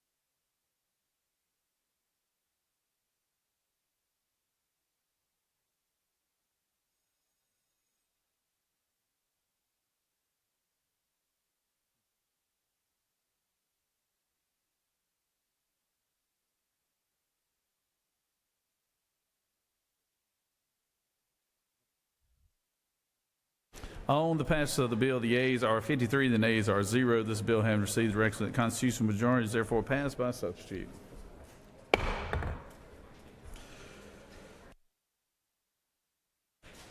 Recognize the senator from the 32nd. Mr. President, I move that House Bill 1138 be removed from the table. Secretary, read the caption. House Bill 1138 by Representatives Camp of the 135th and others, a bill to be entitled an act to amend Article 3 of Chapter 4 of Title 26 of the OCGA relating to practice of pharmacy so as to authorize pharmacists in certain circumstances to dispense self-administered hormonal contraceptives or administer injectable hormonal contraceptives, to amend Article 1 of Chapter 24 of Title 33 of the OCGA relating to general provisions regarding insurance generally so as to provide minimum amounts of certain contraceptives that shall be provided by insurers, to amend Article 1 of Chapter 34 of Title 43 of the OCGA relating to Georgia Composite Medical Board so as to waive civil liability and for other purposes. Is there objection? Hearing none, Secretary, finish the caption. Mr. President, the Committee of the Senate on Health and Human Services recommends that this bill do pass by substitute. Respectfully submitted, Senator Watson, Chairman. Mr. President, the Senate Committee on Health and Human Services offers the following substitute to House Bill 1138, a bill to be entitled an act to amend Chapters 2 and 4 of Title 26 of the Official Code of Georgia annotated relating to standards, labeling, and adulteration of foods and pharmacies, pharmacists, and pharmacies, respectively, so as to require corn masa flour and wet corn masa products to contain certain amounts of folic acid, to provide certain labeling requirements, to authorize rules and regulations, to provide for penalties, to provide for definitions, to authorize pharmacists in certain circumstances to dispense self-administered hormonal contraceptives or administer injectable hormonal contraceptives, to provide for a definition, to provide for a joint protocol agreement, to amend Article 1 of Chapter 24 of Title 33 of the Official Code of Georgia annotated relating to general provisions regarding insurance so as to provide minimum amounts of certain contraceptives that shall be provided by insurers, to provide for compensation of pharmacists, to amend Article 7 of Chapter 4 of Title 49 of the Official Code of Georgia annotated relating to medical assistance generally so as to provide for certain minimums regarding Medicaid contraceptive coverage, to provide for the compensation of pharmacists, to provide for a short title, to provide for an effective date and applicability, to provide for related matters, to repeal conflicting laws, and for other purposes.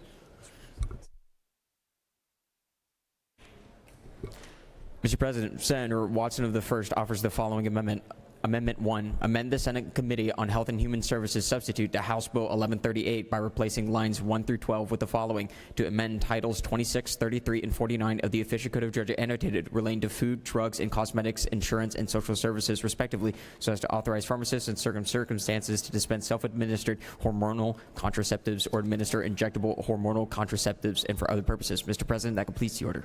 Recognize the senator from 32nd.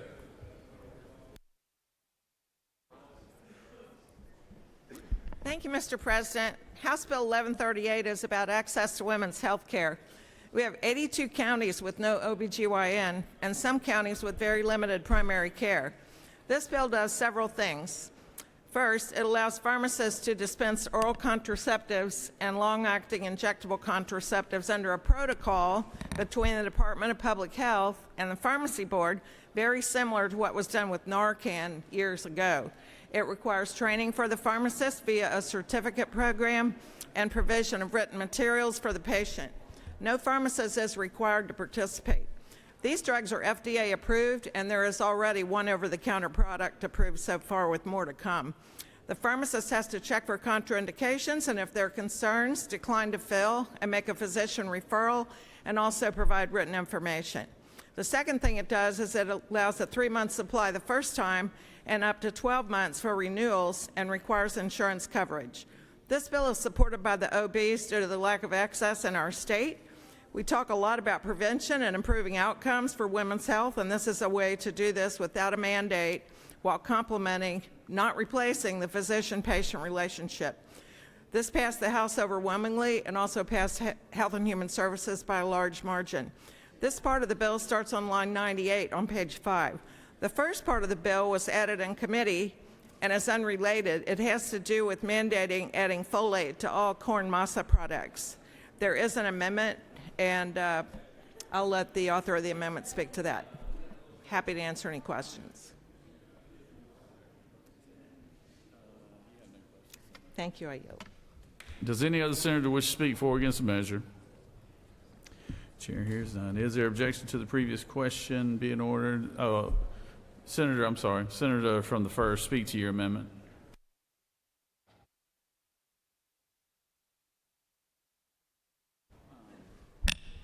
Apologize for that late light, Mr. President.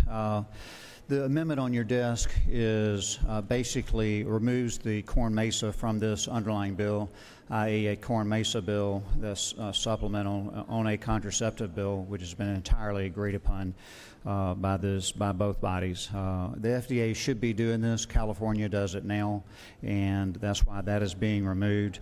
The other portion on that amendment is something that's added by the governor's office relating to the fine-tuning the being subject to criminal or civil liability. So I don't want to kill the bill. We're going to remove the corn mesa, add the adjustments there, and I'd ask you for favorable consideration. Thank you.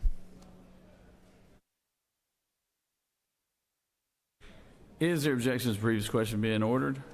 Chair hears none. Previous question is ordered. The question is on the adoption of Amendment 1 by the senator from the first. We have objection. All those in favor of Amendment 1 will vote yay. Oh, I'm sorry. I jumped ahead. Go ahead, Senator.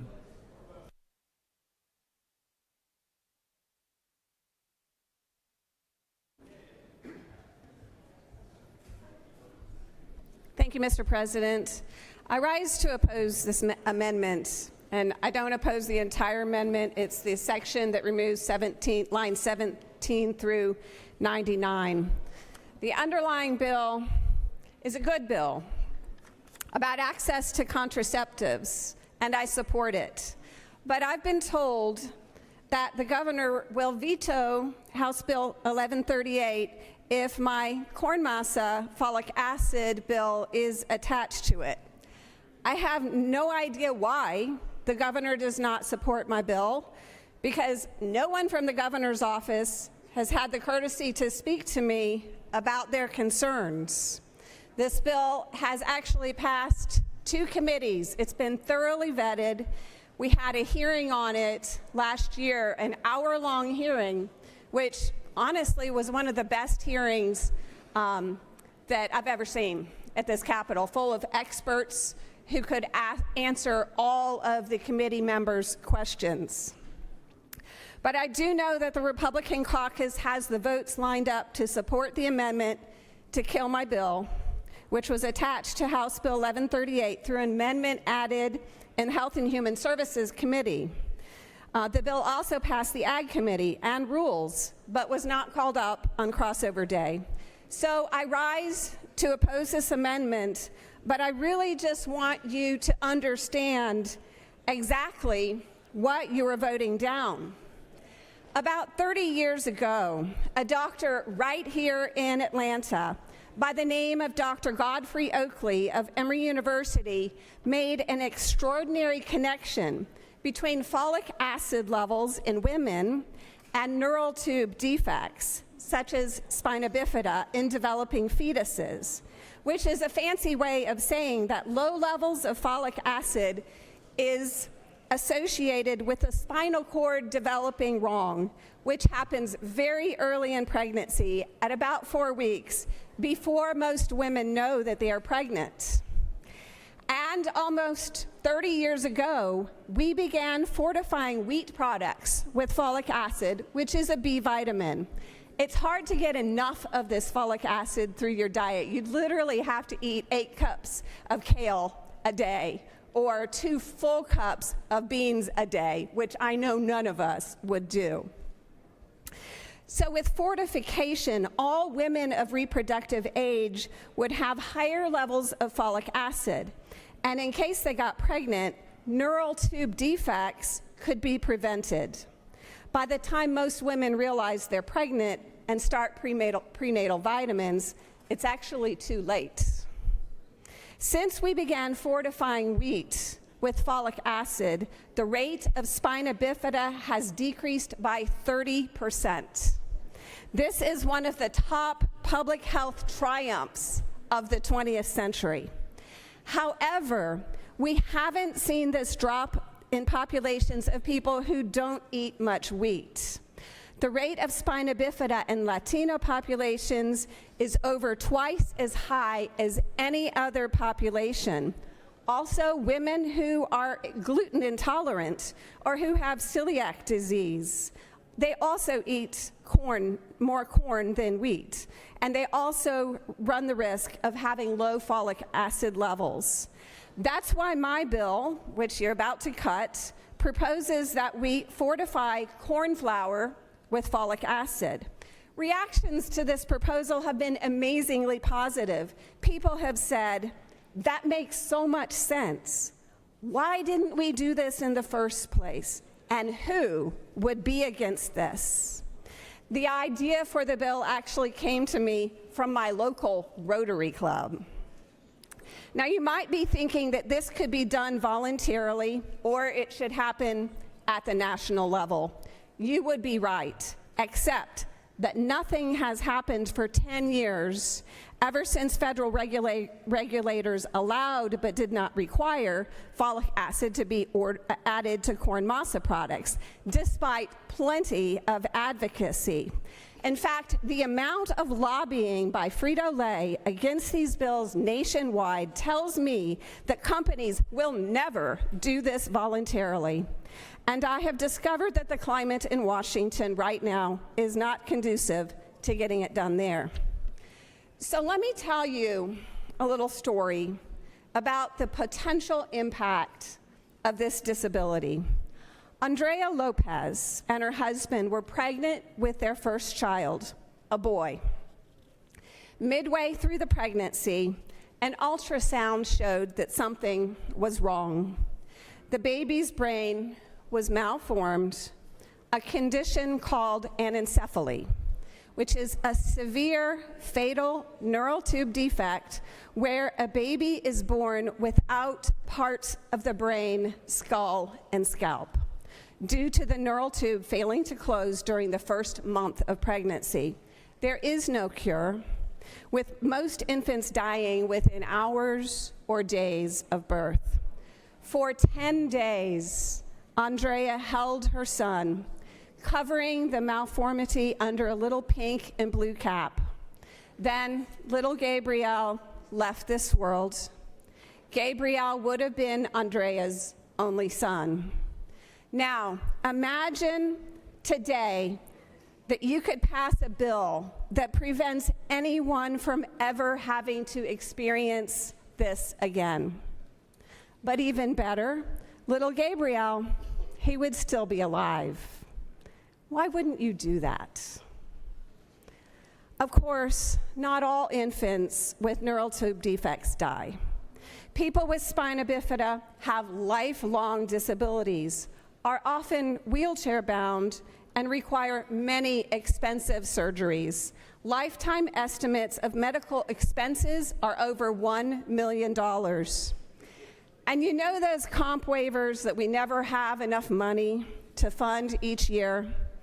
Fortifying corn flour will decrease the need for comp waivers.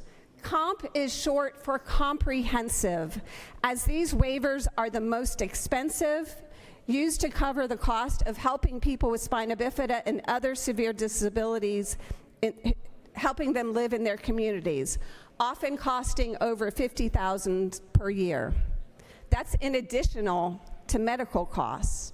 So over a lifetime, that's approximately $2 million in comp waiver expenses per individual with spina bifida. Currently, there are about 2,000 people born with spina bifida each year in the United States.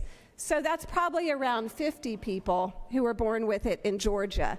Now 50, that might sound like a small number, but if you think about 50 people rolling on to the comp waivers every year, and you think they live 35 years between 25 and the average death is 56, you're looking, if I did the math right, and it was late last night, but I calculated $88 million per year. That's a lot of money. And if you drop the percentage of people who are born with spina bifida just 1% per year, I don't trust my math because I was up too late last night, but that also is a lot of money. When I was working on this bill, I happened to be talking about it in the presence of a hospital CEO. At some point, she interrupted the meeting. She held the bill like this, and she said, "This is a no-brainer. This needs to happen because this is uncompensated care that can be prevented." Ultimately, this bill was about healthy babies. It was about protecting life. What a missed opportunity. Consider voting your values and not opposing this amendment. Governor Kemp, he's not up for re-election, but you are. Seriously, think about it. Do you really want to be on record for increasing state expenses, being against preventing disabilities, and being against protecting life? I hope, at the very least, by taking this time to speak to you today, I have helped you make an informed choice before you cast your vote. Mr. President, if there are no questions, I yield the well. Thank you.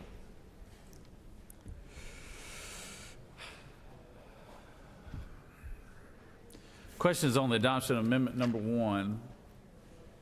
Is there objection to amendment number 1?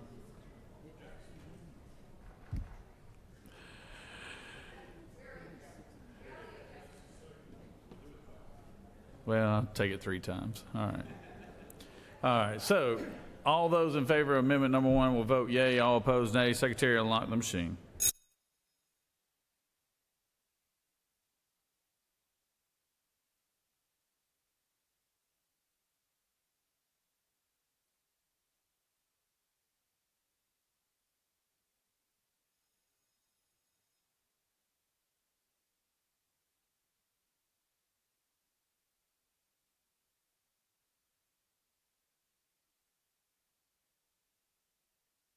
Senator from the first, what purpose you rise? Parliamentary inquiry. State your inquiry. Isn't a green vote for this amendment making it highly likely that this underlying bill will get to the governor's desk? Isn't that true?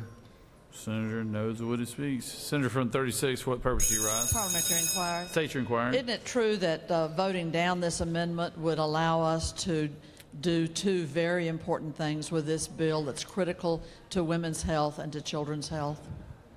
Senator's passionate about what she speaks.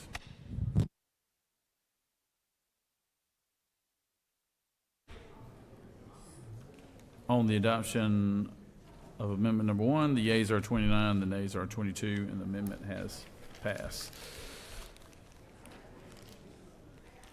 The question is on the adoption of the committee substitute as amended. Is there objection to the adoption of the committee substitute as amended? Hearing none, the committee substitute as amended is adopted.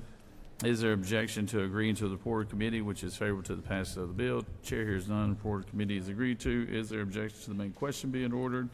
Chair hears none. The main question is ordered. Question is on the passage of the bill by substitute. All those in favor of the bill vote yea. All opposed, nay. Secretary, unlock the machine.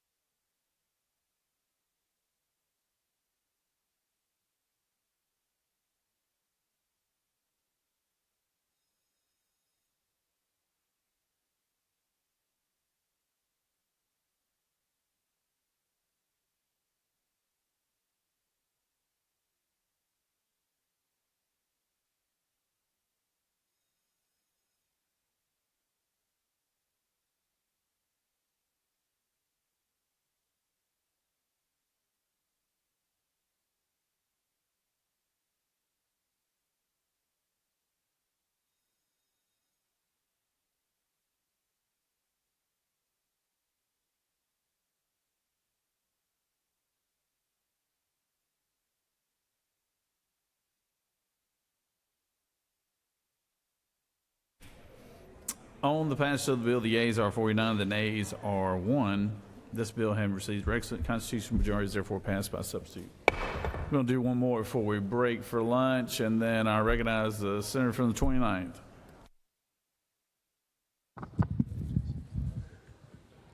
Mr. President, I ask for unanimous consent to lift House Bill 1409 from the table. Secretary, read the caption. House Bill 1409 by Representatives Camp of the 135th and others, a bill to be entitled an act to amend Article 1 of Chapter 7 of Title 19 of the Official Code of Georgia annotated relating to provisions relative to parent and child relationship generally, so as to revise mandated reporting of child abuse, to provide for definitions, to provide for reporting requirements, to provide for the use of a secure web-based reporting platform, to provide for related matters, to repeal conflicting laws, and for other purposes. Is there objection? Hearing none, Secretary finish.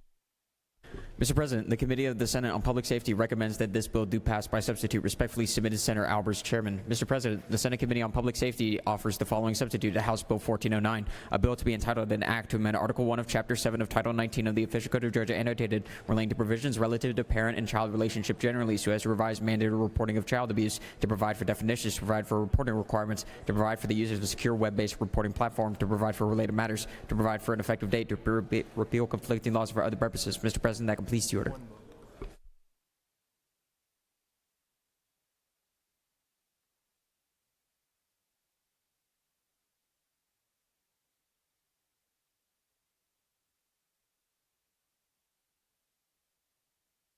Senator from the 6th, for what purpose do you rise?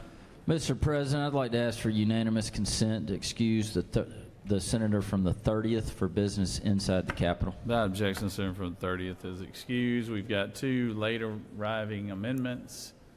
Secretary, read those amendments, please. Mr. President, Senator Tillery offers the following amendment. Amendment 1, to amend House Bill 1409 by inserting after laws in line 5 to amend Title 28 of the Official Code of Georgia annotated relating to the General Assembly so as to make portions of certain records of the General Assembly subject to public disclosure, to provide jurisdiction for enforcement, to provide for attorney's fees and litigation expenses, to provide for good faith reliance as defense to action, to provide penalties for violations, to provide procedure for commencement and prosecution, to provide for application, to provide for construction. Then to insert before line 389 and to renumber the affected area. Section 3, Title 28 of the Official Code of Georgia annotated relating to the General Assembly is amended by adding a new code section to read as follows and for other purposes. Mr. President, Senator Tillery of the 19th District offers the following amendment. Amendment 2, to amend House Bill 1409 by striking this act on line 388 and replacing it with Section 1. Mr. President, Senator Tillery of the 19th offers Amendment 1A to amend Amendment 1 to House Bill 1409 by adding at the end of Amendment 1, E, this act shall become effective upon the signature of the governor, except as for Section 1. Mr. President, that completes the order. All right. Recognize the senator from the 29th. Then I'll recognize the senator from the 19th for his 15th amendment on the same subject matter.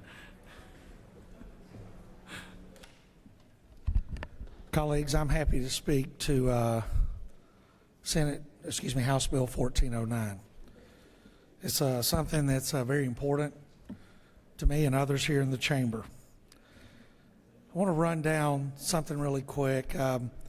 Throughout my career in law enforcement, I had, sadly, many opportunities to have to report some type of child abuse, child mistreatment to the Department of Family and Children's Services. And many times we would have to be on the scene for many hours waiting for somebody from that department to show up because they were understaffed, underfunded, and many times ignored. But eventually somebody would show up, we would explain to them what we were doing, and we would file whatever report on what we've observed.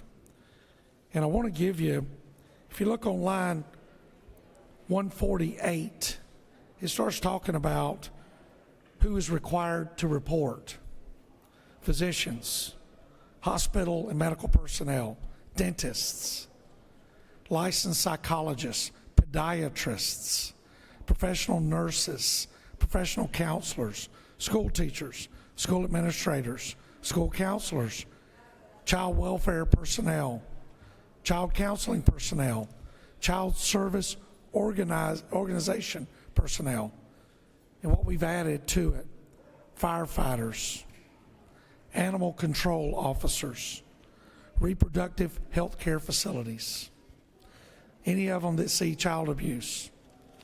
And right now, the way of reporting this is not streamlined and somewhat archaic. There's one way that's still in this bill that you can report it currently today is by sending them a fax. Yes, a facsimile, a fax machine. In 2026, this seems very dated to me.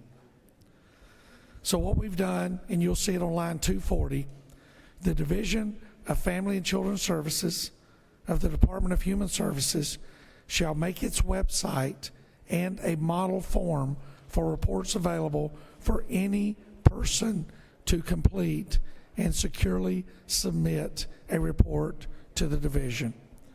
All this legislation does is mandate that the department create an electronic way via the internet that someone can report child abuse, especially all of those listed in Section C, so that we can track the initial report of the child abuse all the way through the process.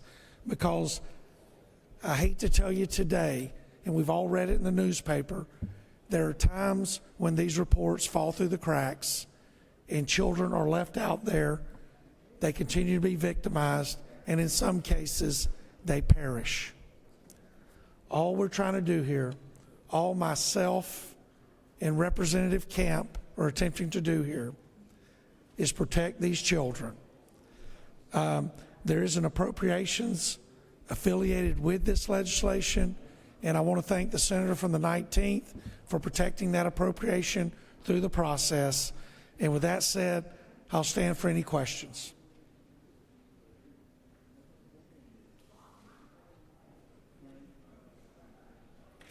You have no questions, Senator. Thank you, Mr. President. I ask that you please give us a green vote on this, and I yield the well.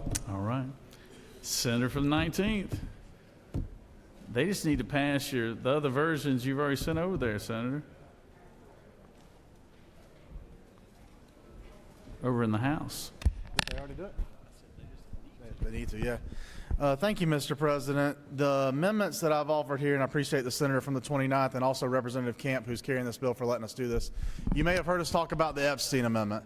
As you know, the U.S. Congress had an opportunity to open itself up and provide sunshine and disclosure for claims that they may have had against members related to sexual harassment and other things in the light of the issues you've heard about Jeffrey Epstein. The U.S. Congress voted to not do that. I think our body is better, and I think our body is different. As you know, the senator from the 29th has tagged on an amendment relating to opening up ourselves and revealing sexual harassment claims that may have been settled with state taxpayer dollars for this body and for the chamber across the hall. He's done that on several bills. I think the senator from the 31st or the 30th has offered that as well. Several senators have. We were able to reach a tentative agreement with the House on language they felt comfortable with. They would be okay with the Epstein Amendment if we would move it out of Title 50 and put it in Title 28 instead.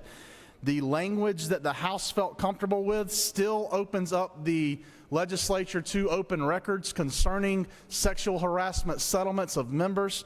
It does put a finite date going back. The original Epstein Amendment that you've seen from this chamber had no date going backwards. We would reveal any claim that had ever been made against a member. The House felt that was somewhat impractical and needed a stop-dead date.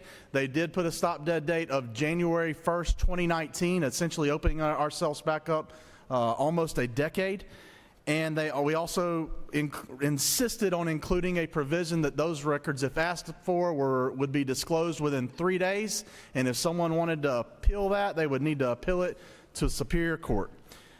That is what Amendment 1 does. In order to keep the integrity of the senator from the 29th's bill, his bill becomes effective upon February 1st, 2027. The Amendment 1A allows his bill to still, or 1A, allows his bill to still become effective upon February 1st, 2027, but makes the Epstein language be effective immediately upon the signature of the governor. I know we have an agreement with the House that they're going to send this over, but we hadn't seen it yet, so we're not waiting on that. We're going to send it over to them first. Happy to take any questions. You have no questions, Senator. Thank you, Mr. President. I urge your favorable consideration of Amendment 1, Amendment 1A, and Amendment 2 that just keeps everything straight so that the senator from the 29th's underlying bill does not change while accepting the Epstein Amendment.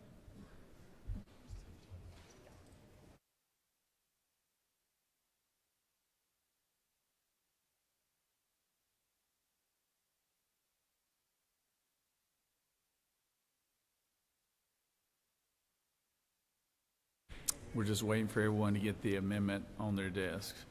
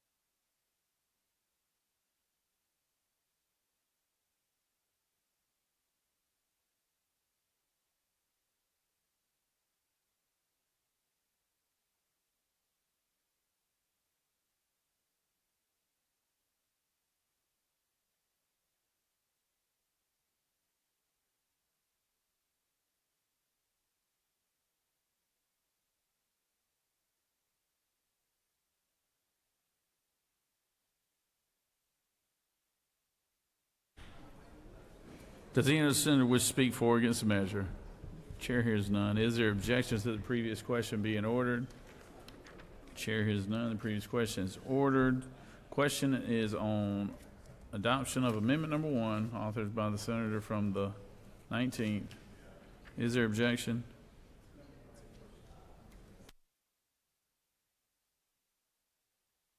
I apologize. Questions on the amendment 1A first. Amendment 1A. Is there objection? Hearing none, Amendment 1A is adopted. Now the question is on adoption of Amendment number 1. Is there objection? Hearing none, Amendment 1 is adopted. And now on Amendment 2, authored by the senator from the 19th. Is there objection to Amendment number 2? Hearing none. It is adopted. Questions on the adoption of the committee substitute as amended. Is there objection to the adoption of the committee substitute as amended? Hearing none, the committee substitute as amended is adopted. Is there objection to agreeing to the report of committee which is favorable to the passage of the bill? Chair hears none. The report of committee is agreed to. Is there objection to the main question being ordered? Chair hears none. The main question is ordered. The question is on the passage of the bill by substitute. All those in favor of the bill vote yea. Opposed, nay. Secretary, unlock the machine.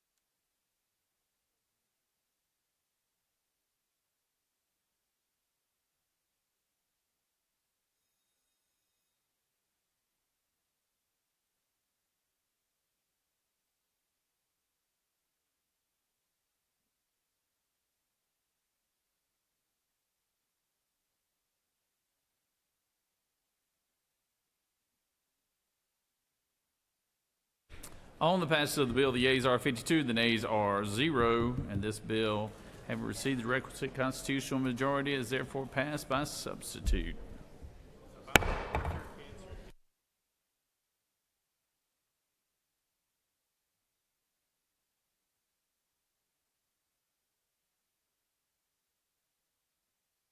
Okay, we're going to break for lunch. The Pro Tem has lunch available for everyone in the ante room here, and I don't know, let's see, it's almost 1 o'clock now. We'll try to come back in around close to 2. Close to 2. And in South Georgia terms, that means, you know, yeah, quarter till, quarter after, something like that. Yeah.